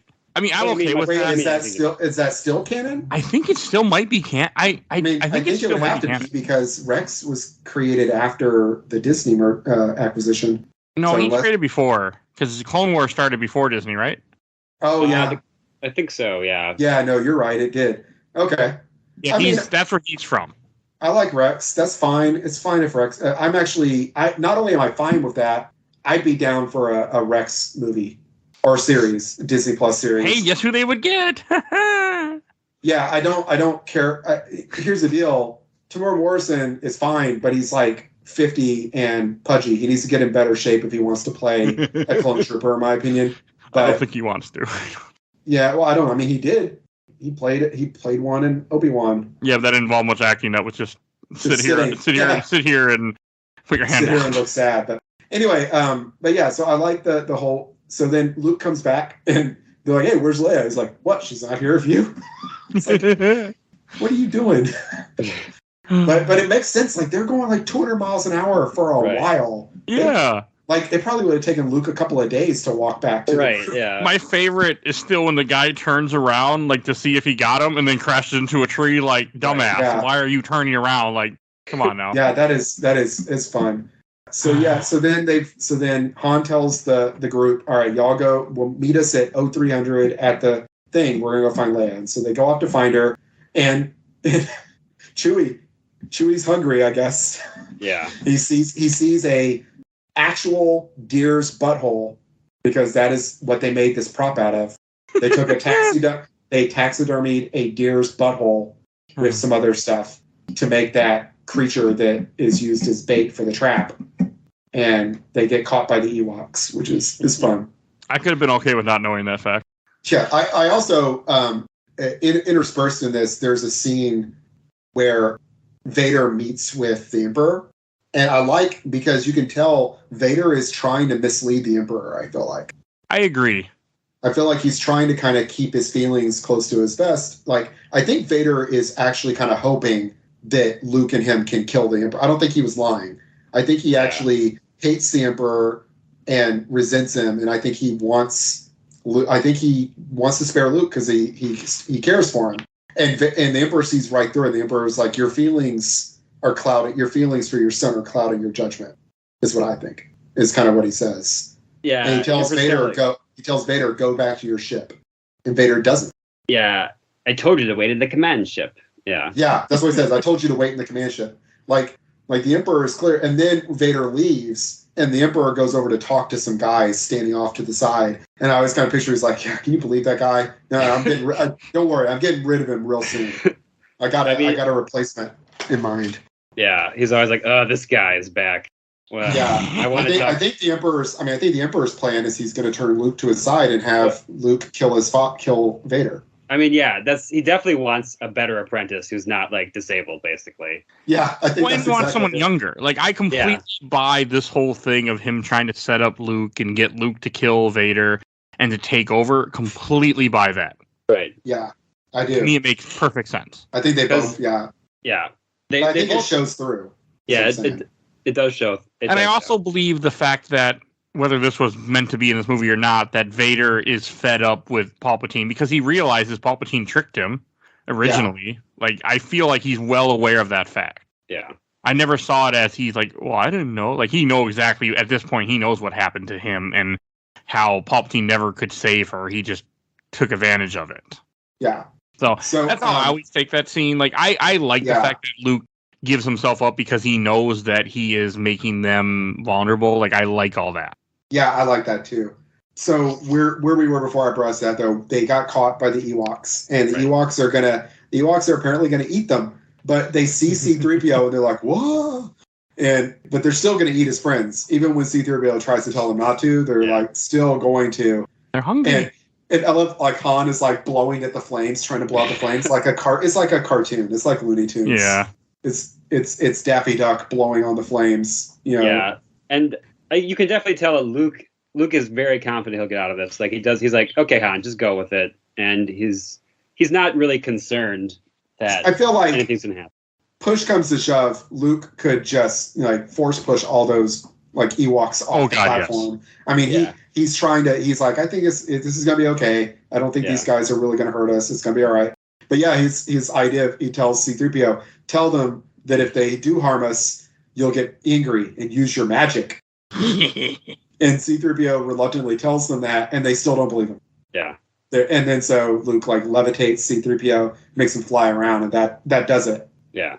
And they release them, and then Leia comes out in her new dress with her long hair, like all down to her waist. But yeah, and then we get my absolute favorite scene in the entire movie is C-3PO telling the story of the Star Wars trilogy. But in a different language with sound effects. It's so great because it is a good scene. He's speaking a language we don't understand, but he's saying proper nouns that wouldn't translate, like Darth Vader, Millennium Falcon, things like that, and using sound effects. And you can totally tell. All right, here he's talking about when we went on the Death Star. Here he's talking about when we blew up the Death Star. He's talking about the Battle of Hoth. All right, now he's talking about we're on the Cloud City. Now here's Tiklo Carbon. Han Solo's frozen in carbonite. Yeah.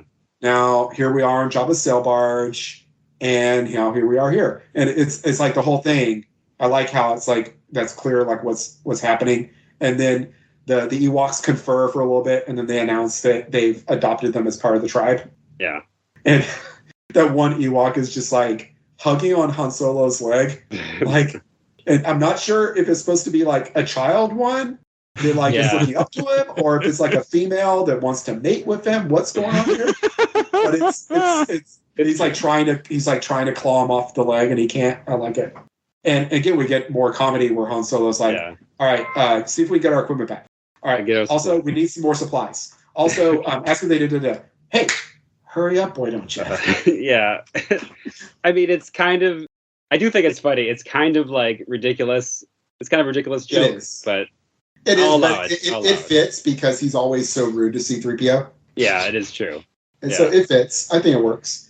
And this is where we get Luke and Leia go outside. Or Leia this is a good scene. It is a good scene, yeah. As much as it's kind of stupid in some senses, it's a really good scene. It's like, he's like, I have a sister.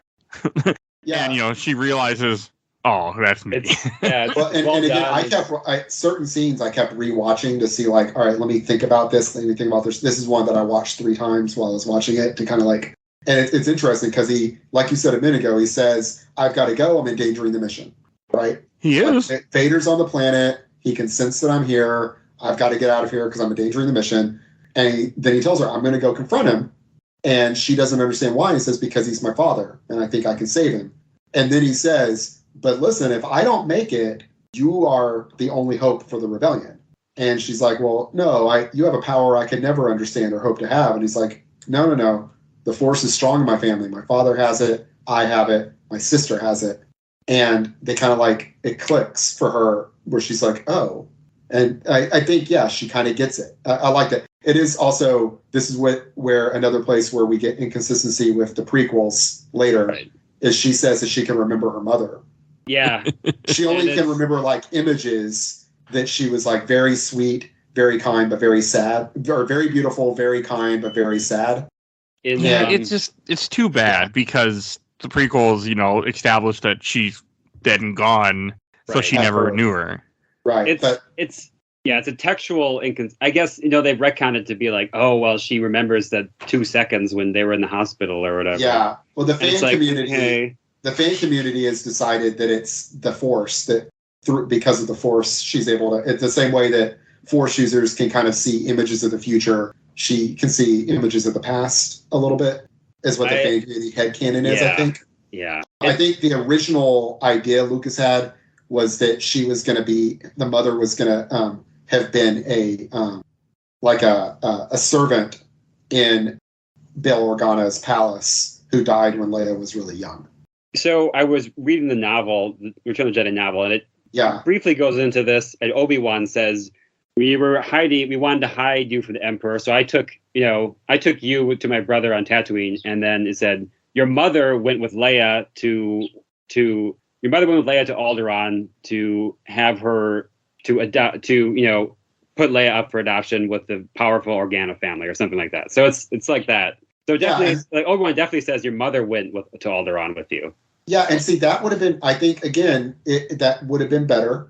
And then what you could have done with that sequel trilogy is it turned out that their mother didn't die on Alderaan, that she had left Alderaan at some point and she's still out there. And maybe Luke goes and finds his sister and Leia goes and finds... Well, no, I don't know. That wouldn't work. But anyway, I don't know. It would have been interesting, though. You could have done something with that. It's an interesting what if, yeah. And it's textually, anybody watching this in the 80s would be like, oh, yeah, her mother, your mother lived for a couple of years afterwards and then died when she was young. Yeah. Yeah. Yeah. Which unfortunately did not happen. It did not happen, Not exactly. She died of a broken heart. Right. And I kind of figured that she had cardiac arrest during childbirth due to having been force choked. But that well, the droid, the science droid said, it was a broken heart, so it's a legitimate reason. It's right there on the charts. I think I'll always hate that. Official I don't like that diagnosis. movie. Yeah, broken heart. Yeah. But anyway, so he leaves, and then Han comes out and wants to know what's wrong, and she won't say. And he's like, "Oh, she could tell Luke. Is that it?" And he's all jealous, and he starts to stomp off, but then he turns around and he apologizes. It's like he's a good guy. Character growth. Yeah, I do like how he does grow in this. Yeah, and then she's just like, "Hold me," and he like kind of pats her. He's like very like, "What do I do with this?" And like kind of pats her on the back. It's like, it kind of fits, like, he's a scoundrel. We wouldn't have, like, expected him to be, like, have, like, really known, like, how to actually, like, comfort a woman necessarily. I get it. I think it works. We go to the Vader-Luke scene. I wanted to mention that my absolute favorite matte painting in this movie is when the shuttle lands and Vader comes out of the shuttle. You can see the landing platform, the shuttle, and then the shield generator in the background. It's a beautiful painting. I would love to get a painting of that. Yeah, it is. It is really beautiful. And they have now. They have an AT-AT walking in the foreground, which is it's a terrible idea for this planet. It is a terrible idea for the planet. It does give a sense of scale because we know how big those are. We know those are like 5 stories tall, so that tells us this thing is like 7 or 8, maybe 10 stories tall. Right. It gives some scale, but it would not make sense on this planet at all. It doesn't look bad though. It looks good. No. It's some stop motion animation, but it's not as far away, so it doesn't look bad. Yeah, it's all practical stuff. And did they do anything with it in the special edition? Or no, they did not for this stuff. Well, that's good. Yeah. So Luke meets him, and he like had just turned himself in, and then the guy hands Vader his lightsaber, and then Vader tells him leave us alone, And then they're talking, and Luke is like trying to convince him, and Vader like activates his lightsaber and kind of looks at it. Yeah, it's an interesting thing because the I have in my classroom I have the big like movie theater size posters for the original trilogy, and the poster for Return of the Jedi, Luke's got a blue lightsaber, but it is this lightsaber because his lightsaber is different models. The Anakin Skywalker lightsaber that he loses in Empire Strikes Back has one shape, and this one has like a little like radar dish looking thing on it that the beam is projected from. And I'm looking at the poster right now. It is the Return of the Jedi lightsaber. It's just blue. And I was reading that was basically Lucas at the last minute decided to make it green because he thought viewers would be like, wait, but I thought he lost his lightsaber. So having to have a green one is like clear. No, this is a new one. I see. Yeah. So, but then they also Vader. All of the prop Darth Vader lightsabers were missing when they went to make this movie, and they couldn't. They were gone. They had been stolen or thrown away, probably stolen. And so they had to make him a new one real fast. And so they actually took the Anakin Skywalker lightsaber from Empire Strikes Back and modified it to look like Vader's lightsaber. I never heard that story. Interesting. Yeah, cool. I was reading like some trivia, and I thought that was neat. But yeah, that's why I love having you two on for this stuff, because you guys know so much about Star Wars. I was talking to. Well, thank you. I was talking to somebody earlier because I said I was going to this podcast. Like, and they said something bad. I was like, the thing is, Star Wars is my favorite thing in all of pop culture. It is the thing I'm the most obsessed with and love with, and so I try to find good stuff in all of the movies. Right. But this original trilogy is just like almost sacrosanct for me. So I do have a lot of nostalgia here, definitely clouding my judgment a little bit. But yeah, I'm very intensely into this. Like I just think about tattoo stuff. Like I eventually want to get the Return of the Jedi green lightsaber. Like I love that design, the little dish that I was talking about. I just like that. I love that design so much. When I draw lightsabers, that's like the one I always draw first. I like that. And when I got a 3D printer, like the first thing I did was 3D print this lightsaber. I've got it on the shelf right next to me, actually. We're not on video, so we can't see. But yeah, I can't see it, but it's there. It's right up there next to my Luke Skywalker statue, actually. Oh, that's really cool. I do like the whole part, like with them when they get to the little station and they're trying to. Like, at the same time that they're trying to blow up this shield generator, you have the fleet moving in because they got a certain time limit to do this. You have Luke up with Vader and Palpatine. And, like, the way Palpatine's like, I set up this whole plan. I gave it to the spies. And you will find out that this station is quite operational. He's very he's catty. He reveals it over a while. It's like 40. It's like still from when we just met. It's like almost like 40 minutes before he says that. He like kind of dribbles out these little things. I love all this stuff with the Emperor. And it's really funny because they were not going to use Ian McDermott's voice originally. Oh, yeah. He was, go ahead. Yeah, I think the story was, they went in and said, you have to do a good job, Ian, because, in the other movie we dubbed the Emperor's voice and he sounded like aristocratic and like, he was the other guy who dubbed the voice in the other movie. So they were like, if you do a good job with your voice, they might let you keep it. And so he went for it. Yeah, he went for it. And he did like he made like a big choice. Yeah, he talks from his stomach or whatever. And I was reading that's like a Japanese theater thing. Yeah. He did this is one of his first major roles. He was mostly a stage actor, but I think it was George Lucas and Steven Spielberg, I think, saw him in a play just in London, and they're like, "This guy could be the Emperor." When they were making the first movie, I think it was before this movie because they were. Well, it's definitely before this movie. Yeah. No, it wasn't from Star Wars. I think it was after Empire when they were like they were just at some play, and they're like, "This guy's really good. He could play the Emperor of the Universe." And I think the story goes too that he did an audition, and George Lucas was like, "You have a really great nose, by the way," and that's how he knew he got the part because his nose was the only thing sticking out from his hood or whatever. So yeah.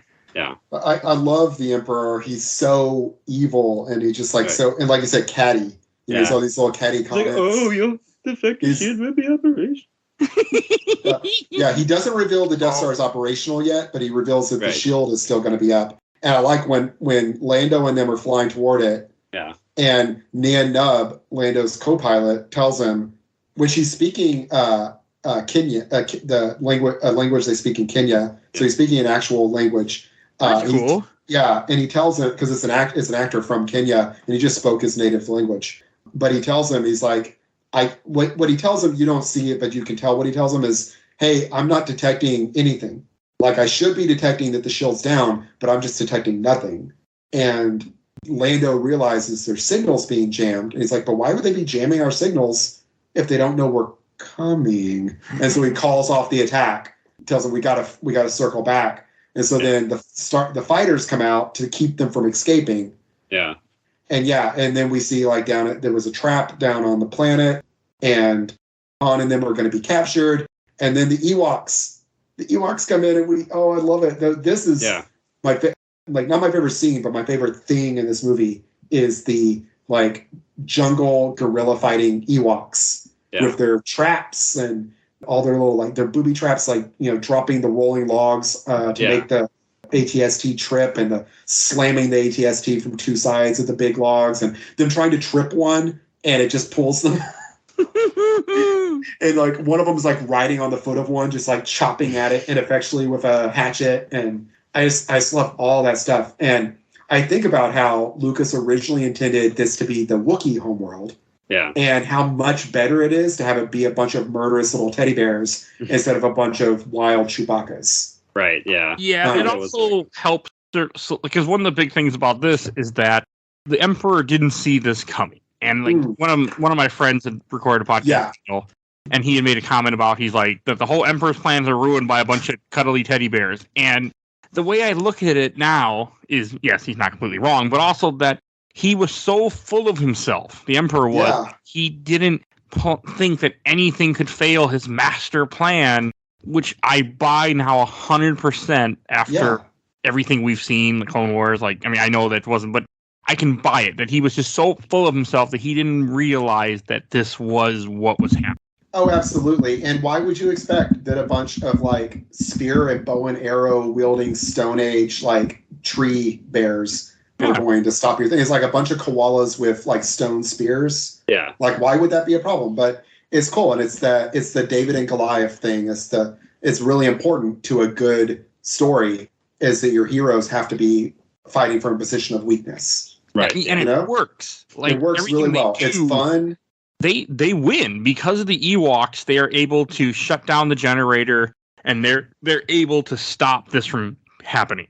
Yeah. And I do think it is believable to an extent. I mean, it is a little silly, but it's fun. It's fun. And I mean, when you see the stormtroopers get mobbed by like 30 like Ewoks, like mob like 2 stormtroopers, you're like, oh yeah, no, I don't think I could fight 30 teddy bears. Well, I mean, I remember as a kid thinking, oh, okay, they're just hitting them. Like, no, they're beating them with sticks and rocks. Oh, and you can see them. They're clearly stabbing them with spears. They're killing them terribly. There's soft points in between their armor. Like, if they're aiming, they're straight up killing these guys. I love it. Right. So we have that battle, and it kind of ebbs and flows, and we get like the really cool scene where they call R2-D2 over, and he finally gets there, and he gets shot. Right. He's like screams and like electrocutes. It's like, yeah. It's like, oh no, R2. I mean, they can't get in this door, and the only way they get in the door is that Chewie has hijacked an AT-ST. Yes, I love that part. Yeah. Because it's a little dumb when he swings onto it. He does the Tarzan, which is a little silly. But it works. It's so fun because the Ewok like looks into the windshield and they're like, get that thing off of there. And so the guy goes up top thinking, oh, there's going to be a little teddy bear I'm going to have to knock off. And then a Wookiee grabs him and throws him. That is, I don't know if you noticed, that was the director. Richard Marquand was the guy that gets thrown off. Yeah. Oh, I didn't. That's cool. Yeah. And then the producer is the other guy. One of the producers is the other pilot in there. That was his cameo. Yeah. Yeah, I knew Marquand was the guy that got thrown out. Yeah, it's funny. I forgot that, but yeah, I love that. And then they get in there, and the Ewoks try to pilot it, and Chewbacca has to come in like, no, move him out of the pilot seat. He's like, let me drive. Right. But I love the whole thing, and then back on the Death Star, that's when the Emperor says, now let me show you the true power of this fully operational battle station. Yeah. And fire at will. and they like just blow up a Mon Calamari Star Cruiser. Which the thing that size, it's got to have a crew. It's got to have like 5,000 people on it. Right. It's like, and I love that, the idea of like this planet-killing weapon being directed at like ships is like there would be nothing you could do. And Akbar calls for them to retreat, and Lando convinces him, no, we can't retreat. We got to give Han more time because Han, old buddy. Yeah, because that is so. Maybe Peter said this, that in a galaxy this big, of course, everyone would have different pronunciations for things. Was that what you said in a previous episode? Yeah, so it makes sense now. And originally, when I was a kid, that annoyed me how certain people would say Leia instead of Leia, and they'd say Han instead of Han. They make a brief mention to it in Solo. Do they? Because I think he says, I forget, something. Solo says something wrong. I don't know. They mentioned it. They make a joke of it in there. But yeah, I think it's just a pronunciation thing, and that's what it's meant to be in this movie. Or it's Latin.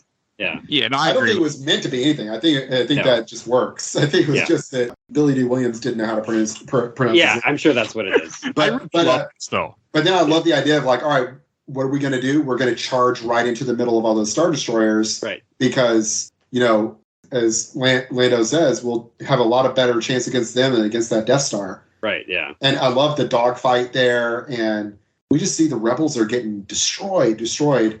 And it's that is the point where the Emperor finally convinces Luke to attack. And Luke he looks at the lightsaber, and the Emperor says, yes, good. I am defenseless. Take your weapon, strike me down. The Emperor's a big instigator. Like, he's just like, oh, your fleet is lost. All your boats are dying. But I think it works. Yeah. Because he's trying to get Luke to embrace the dark side, and he knows that Vader's I never realized how close Luke is until I watched this movie this last watch through. Like, he's literally like 4 feet from the guy. Well, not only that, if Vader's plan had been to let Luke kill the Emperor, which we were thinking it was, all Vader had to do was not defend himself there, and the Emperor's dead. Unless the Emperor can, stop it with the Force, which he probably could, but still. Maybe, I think in his presence, like, Vader has helped us. Like, Cloud City, he was far away, so he was like, okay, help me fight the Emperor. But now he's right there, and he's like, oh, I better not. He's like... I can buy all that because of just, like, the amount of abuse Vader has suffered and everything like that he's still entwined with it. So I have no... issue, but I love this battle. I love the fact that, like you were saying, how they go in with the cruisers and they're like, fuck it, we'll just fly among them. Watch them use the Death Star now. Yeah. And the lightsaber fight here is very well choreographed. Like Luke and Vader are really going after it. And Luke is, you see now, like he has really made progress. Like I think he's a better sword fighter than Vader. He knocks him down the staircase, and Vader manages to do a very what would you call it? The wire fu flip that I think, Force assisted. He manages to not just get completely creamed there. And I think the Emperor overplays his hand a little bit because he's like, yes, good, use your anger. And it's like, no, he's already doing it. Just let him fight, and he's going to do it. And, but the Emperor's just too much of a shithead not to say stuff like that. Exactly, and that's his own downfall. His hubris is his downfall. Yeah, definitely. And I also one of the things about that space fight that I love too, that's happening at the same time as this, is when they take out the Executioner, right? Well, not until after Han and them blow up the shield generator. But yes. But I love how they take out the Executioner. That's like they just blow up I don't think they're even trying to blow up. No, it's the Executor. And no, it's an A-Wing just crashes. An A-Wing, he loses control and just crashes directly into the bridge. And Admiral Piet, his luck finally runs out. Right. We saw him evade death over and over again in Empire, and then he dies from a random kamikaze attack. But I think that's perfect. It is. And we see that the Executor crashes into the surface of the Death Star, and it's a big explosion. Yeah. And that's what's fucking up the Death Star, because Luke ends up having, because I didn't realize that this whole scene happens, everything kind of happens at once. Like, the Emperor had already been thrown down the hole before they go, I always thought they'd blown up the generator and then Luke's already off the Death Star before they blow up the generator. Just about, Yeah, he's getting on, they show him flying the cruiser out, and then Lando says, all right, hit the thing and then get out of here. The Executioner hitting the Death Star. It's the Executor. fucks up the Death Star. Executor.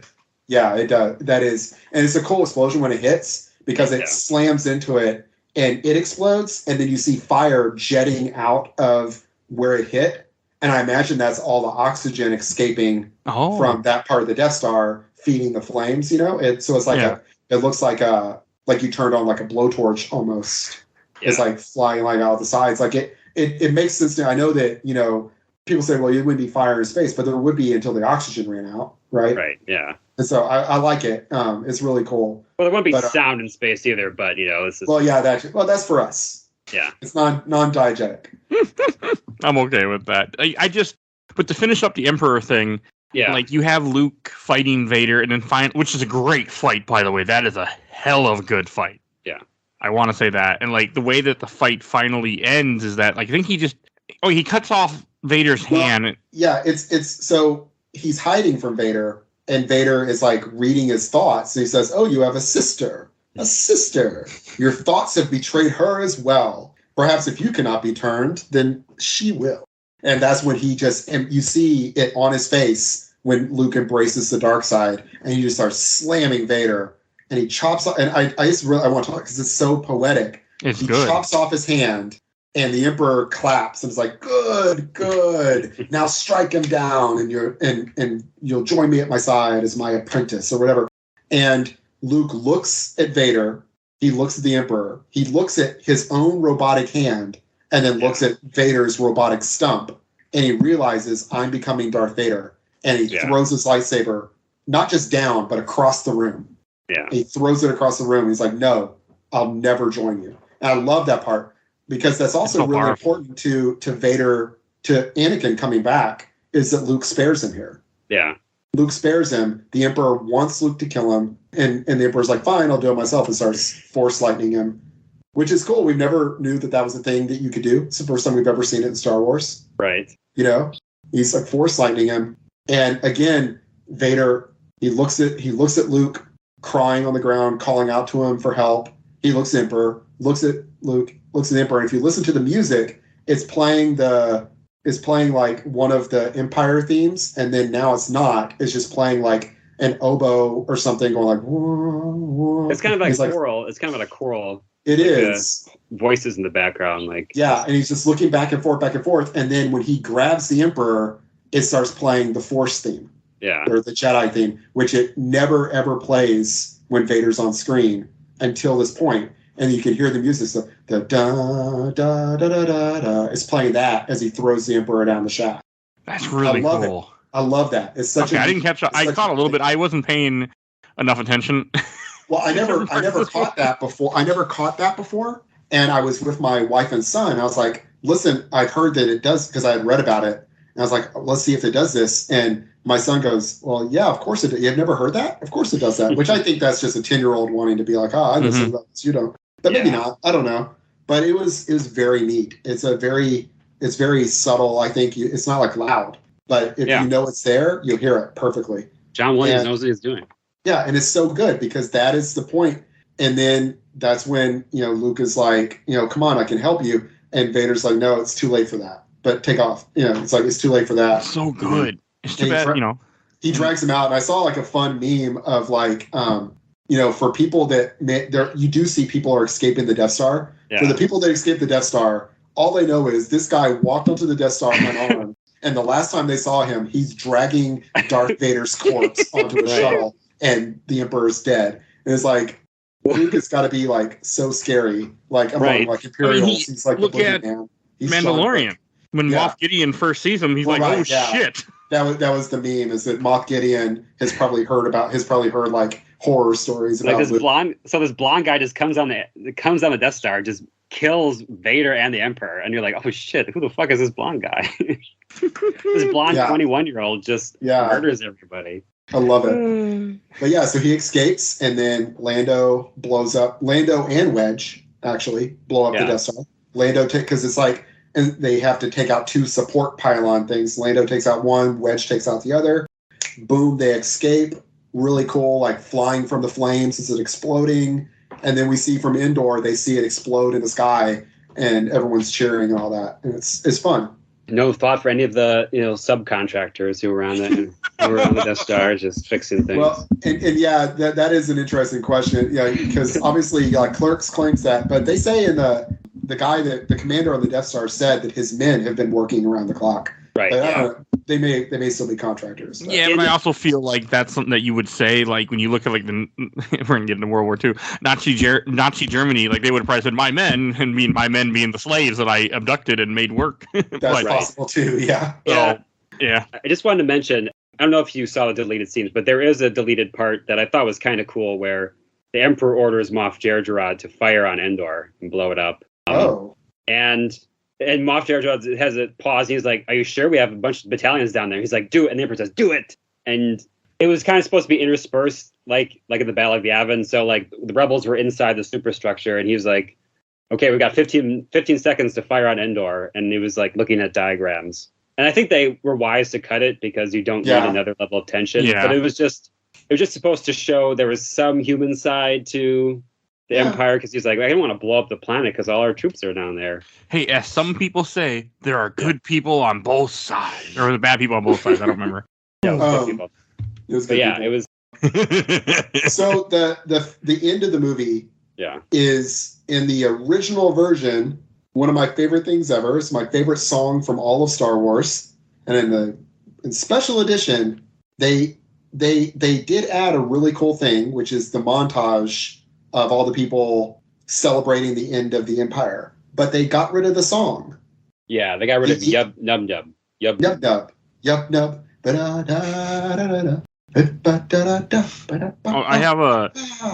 I love this version though. I do too. I do like it. I like the visual for sure. I miss the song. So I think there's an argument could be made for both. I do like the new version, but I think Yub Nub has its charm too, and especially if was that what you watched 20,000 times, then you're gonna have a special affinity for it. And they use the helmets as the stormtrooper helmets as drums. I do like that. Right. And the terribleness of it is that they just kill people and they're like, oh, they're scrapping their equipment as they're moving these dead people. Like, oh, hey, it's war. I do like to. They probably ate them. 9 hours. They're having a feast. What do you think they're eating? World War 9 hours of World War II. I completely understand now. They're eating stormtrooper, having a feast. Oh, I do have a story. So I hadn't seen the scene in a while, but like in November 7th, 2020, for some reason, like many people, I kept playing the song on loop over and over again. This whole video. Yeah. At that part, for no reason. It's a great victory song for when good things happen. It is true. I took down my father-in-law's urn. He passed away. And I'm not one that believes in a lot of that type of stuff, but I took down the urn and I talked about like the days that you wouldn't want because he died in 2020 in March. I just always remember that, and I kept playing the song constantly that day, just nonstop playing the scene. And every time just everything. It was a very emotional moment. That's what I connect now with this song. Like when I was watching this movie last night, I started to tear up a little bit, and I don't think because. It is a really good ending. I like it. I like we see Luke burns Vader on a pyre, which I think there's been like different ideas of, is that just Vader's suit? Because we do see Vader becomes a Force ghost. Does that mean that he disappeared his body, or is the disappearing the body thing just something that Obi-Wan and Yoda did, and it's not always? I don't know, but I like that he burns it. Yeah. And then that's, in the sequel trilogy, Kylo Ren has that burnt Vader mask, and that's why it's burnt. Somehow. Which is I think it's fine. I think that's a good little connection. But I like also that the TIE X-Wings fly over and shoot fireworks for the celebration. I thought that was cool. It's a great touch. And Han tells Leia, is like, all right, when Luke gets back, I won't get in the way. And Leia's like, oh no, he's my brother. It's all good. He's like, because she makes a comment. She's like, I love. He's like, you love him. She's like, of course I do. And he's like, oh, I'll leave. Yeah, well, he's being the bigger man. He's like, all right, fine. Well, if that's how it is, that's okay. And she's like, no, he's my brother. And he's confused, but also relieved, and it's great. Yes. And then we get to see that's the last Yoda. Line. Yeah, and then it's the last line. Yeah, and then we get to see the Force ghost of Yoda and Obi-Wan. And then, of course, in the version I watched, we see old man Anakin. That's what it should be. Yeah, and in the version you guys watched, we see Hayden Christensen just looking like he's not in the same movie at all. I have to wonder. I'm pretty sure they just took footage from... no, he filmed it. I was reading an interview. He said they filmed it, but he didn't know what it was for. Jeez. He said that he was given very little direction. He didn't know where they were going to use it. He was just told they were going to have him appear as a Force ghost. And so to kind of like stand here and smile. And he didn't know what it was supposed to be for. He said, I would have acted differently if I knew I was going in that scene. Yeah, because Hayden Christensen is like a really respected, good actor. And he looks like he's not in the same movie here. And he shouldn't have been, because again, just the simple idea of this guy is old and die old, then becomes a ghost. He should look like Obi-Wan and Yoda look like themselves. Why does Vader look like Hayden Christensen when Hayden Christensen doesn't look like that was the evil guy? You know? Well, Lucas's explanation was he should look the way he looked before he fell to the dark side, and my rejoinder to that is, but he came back to the light side. Yes, he should look. If he appears as Hayden Christensen, then does that mean that Anakin didn't really make it back? Which is what James Earl Jones thinks, by the way. But you read, like, sometimes you read like the actors who are in these movies and what they say about stuff, and you're like, you're kind of dumb, right? That's a dumb. Like he thinks that he was at a fan convention, and James Earl Jones says that he thinks that Vader was pretending to come back to the light side.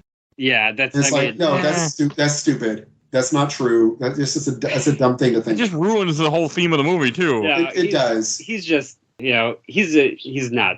I'm sure he doesn't give it much thought anyway. So I'm sure he just spitballing. No, he was asked about it, and he's like, disregard it. He just enjoying that paycheck that comes every.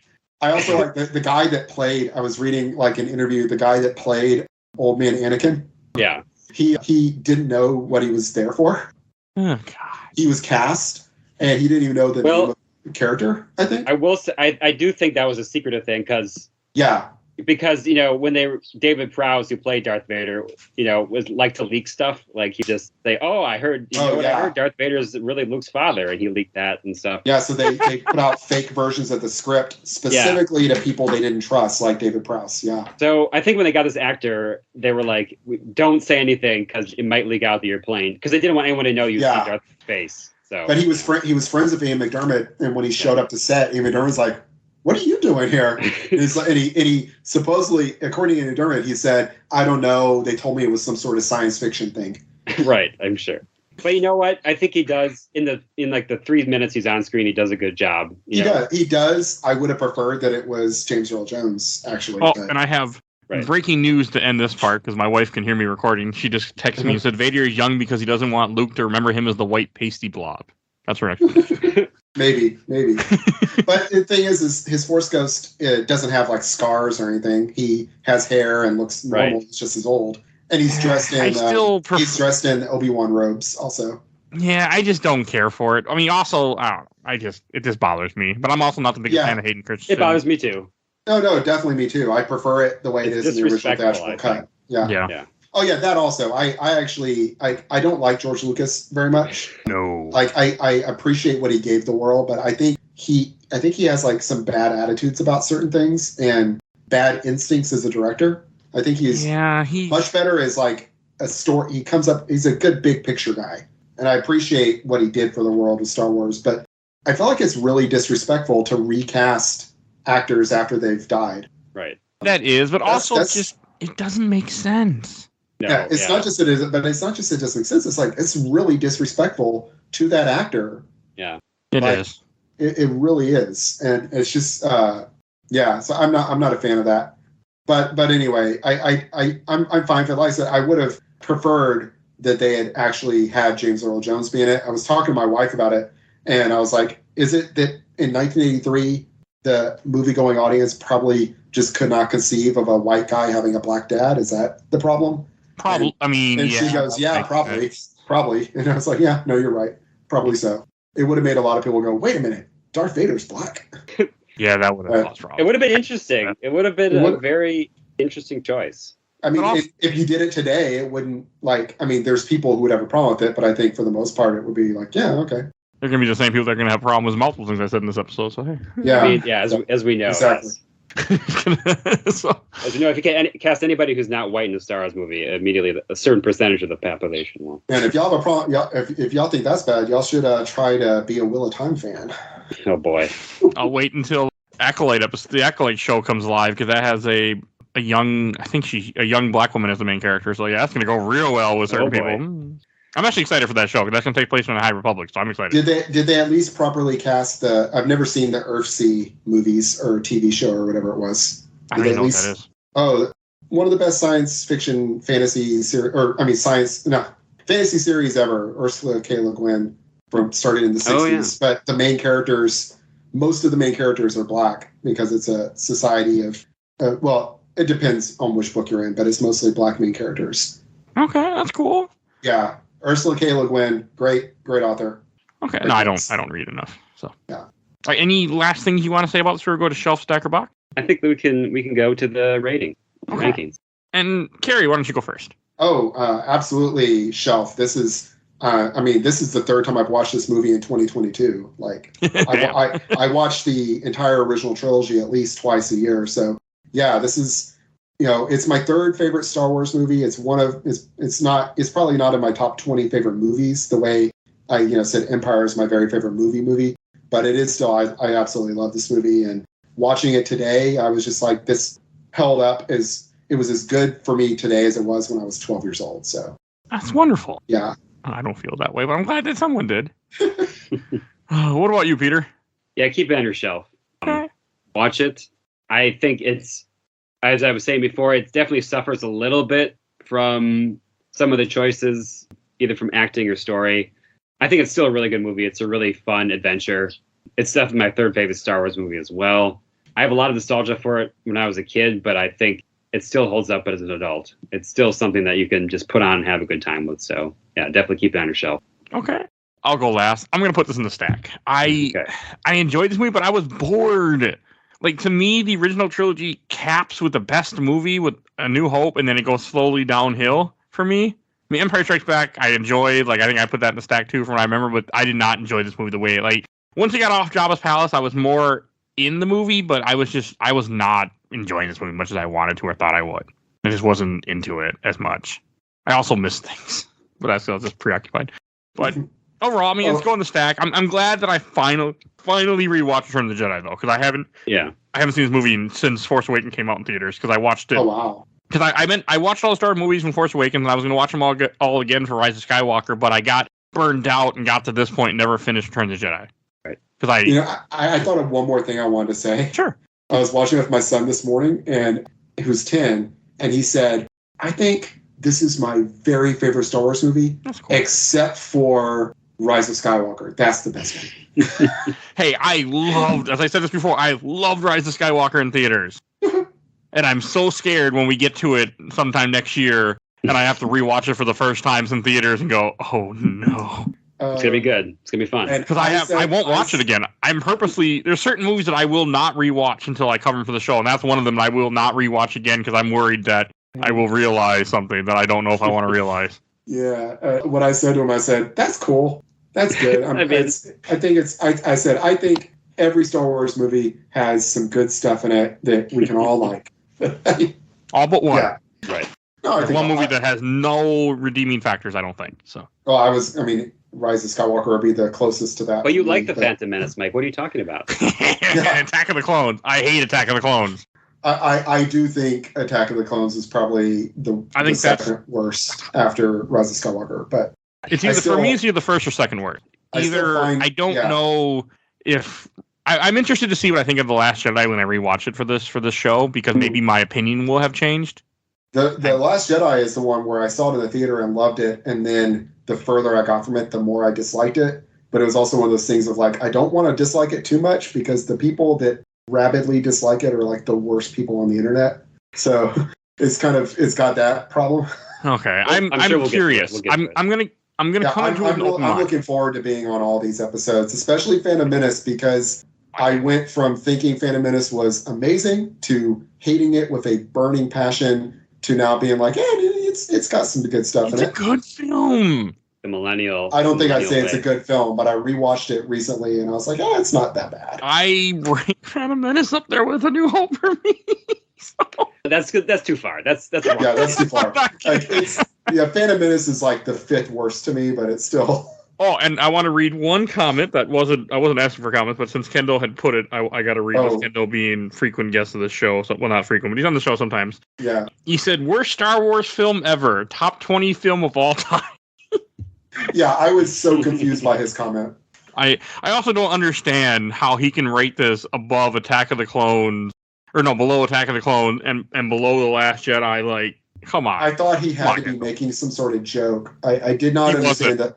The top 20 movie ever? How is it? It's the worst Star Wars movie, but the top 20 movie ever? I think, yeah. Well, he's not kidding. It's Kendall. He loves Star Wars so much.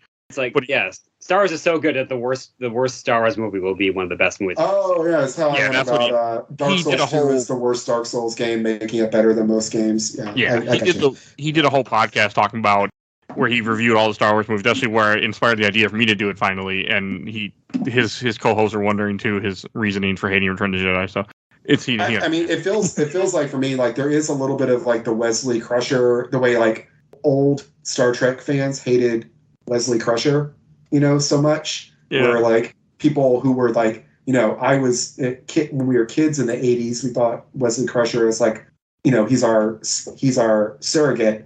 And so people that were like, 20 when Return of the Jedi came out hate it because of the Wookiees or something. I don't know.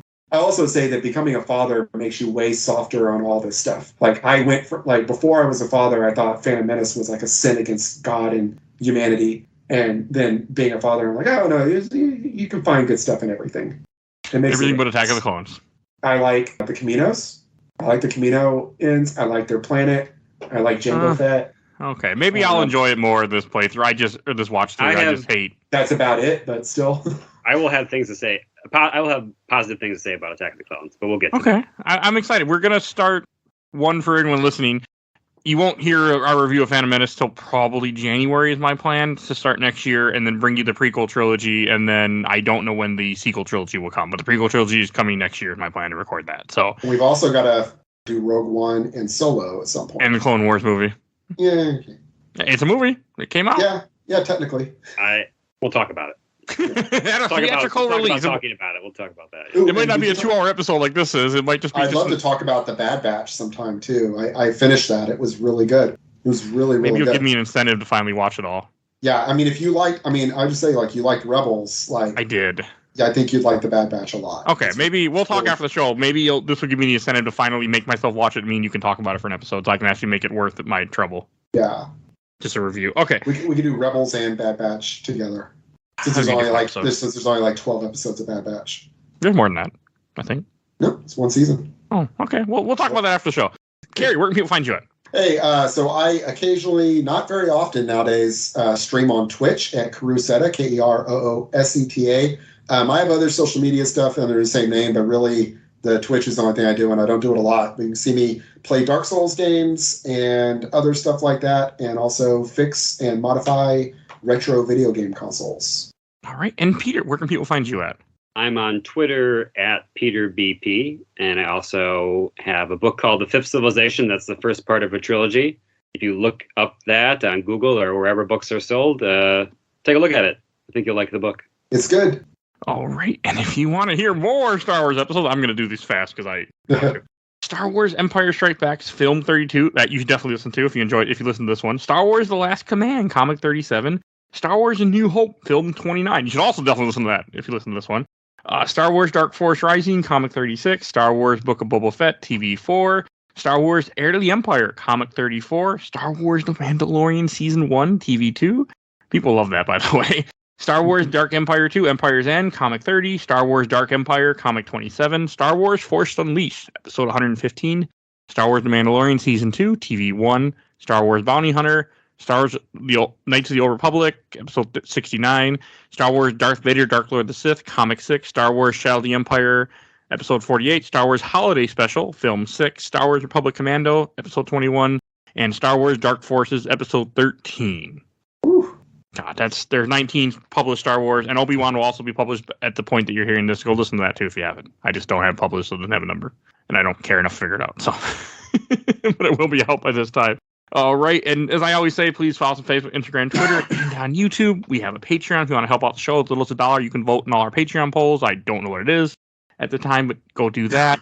Also, please, I want to give a shout out to my awesome intro and outro, courtesy of Helena at Hell Has Fear. You can follow her on TikTok. And also want to give a shout out to my buddy Bill Tucker, did the MCU movies with me. Go check out his podcast, A Gamer Looks at 40, where he interviews people. Very good show. And I think that's everything I need to say. So we will see you guys all next time. Bye, everybody. Bye. Bye.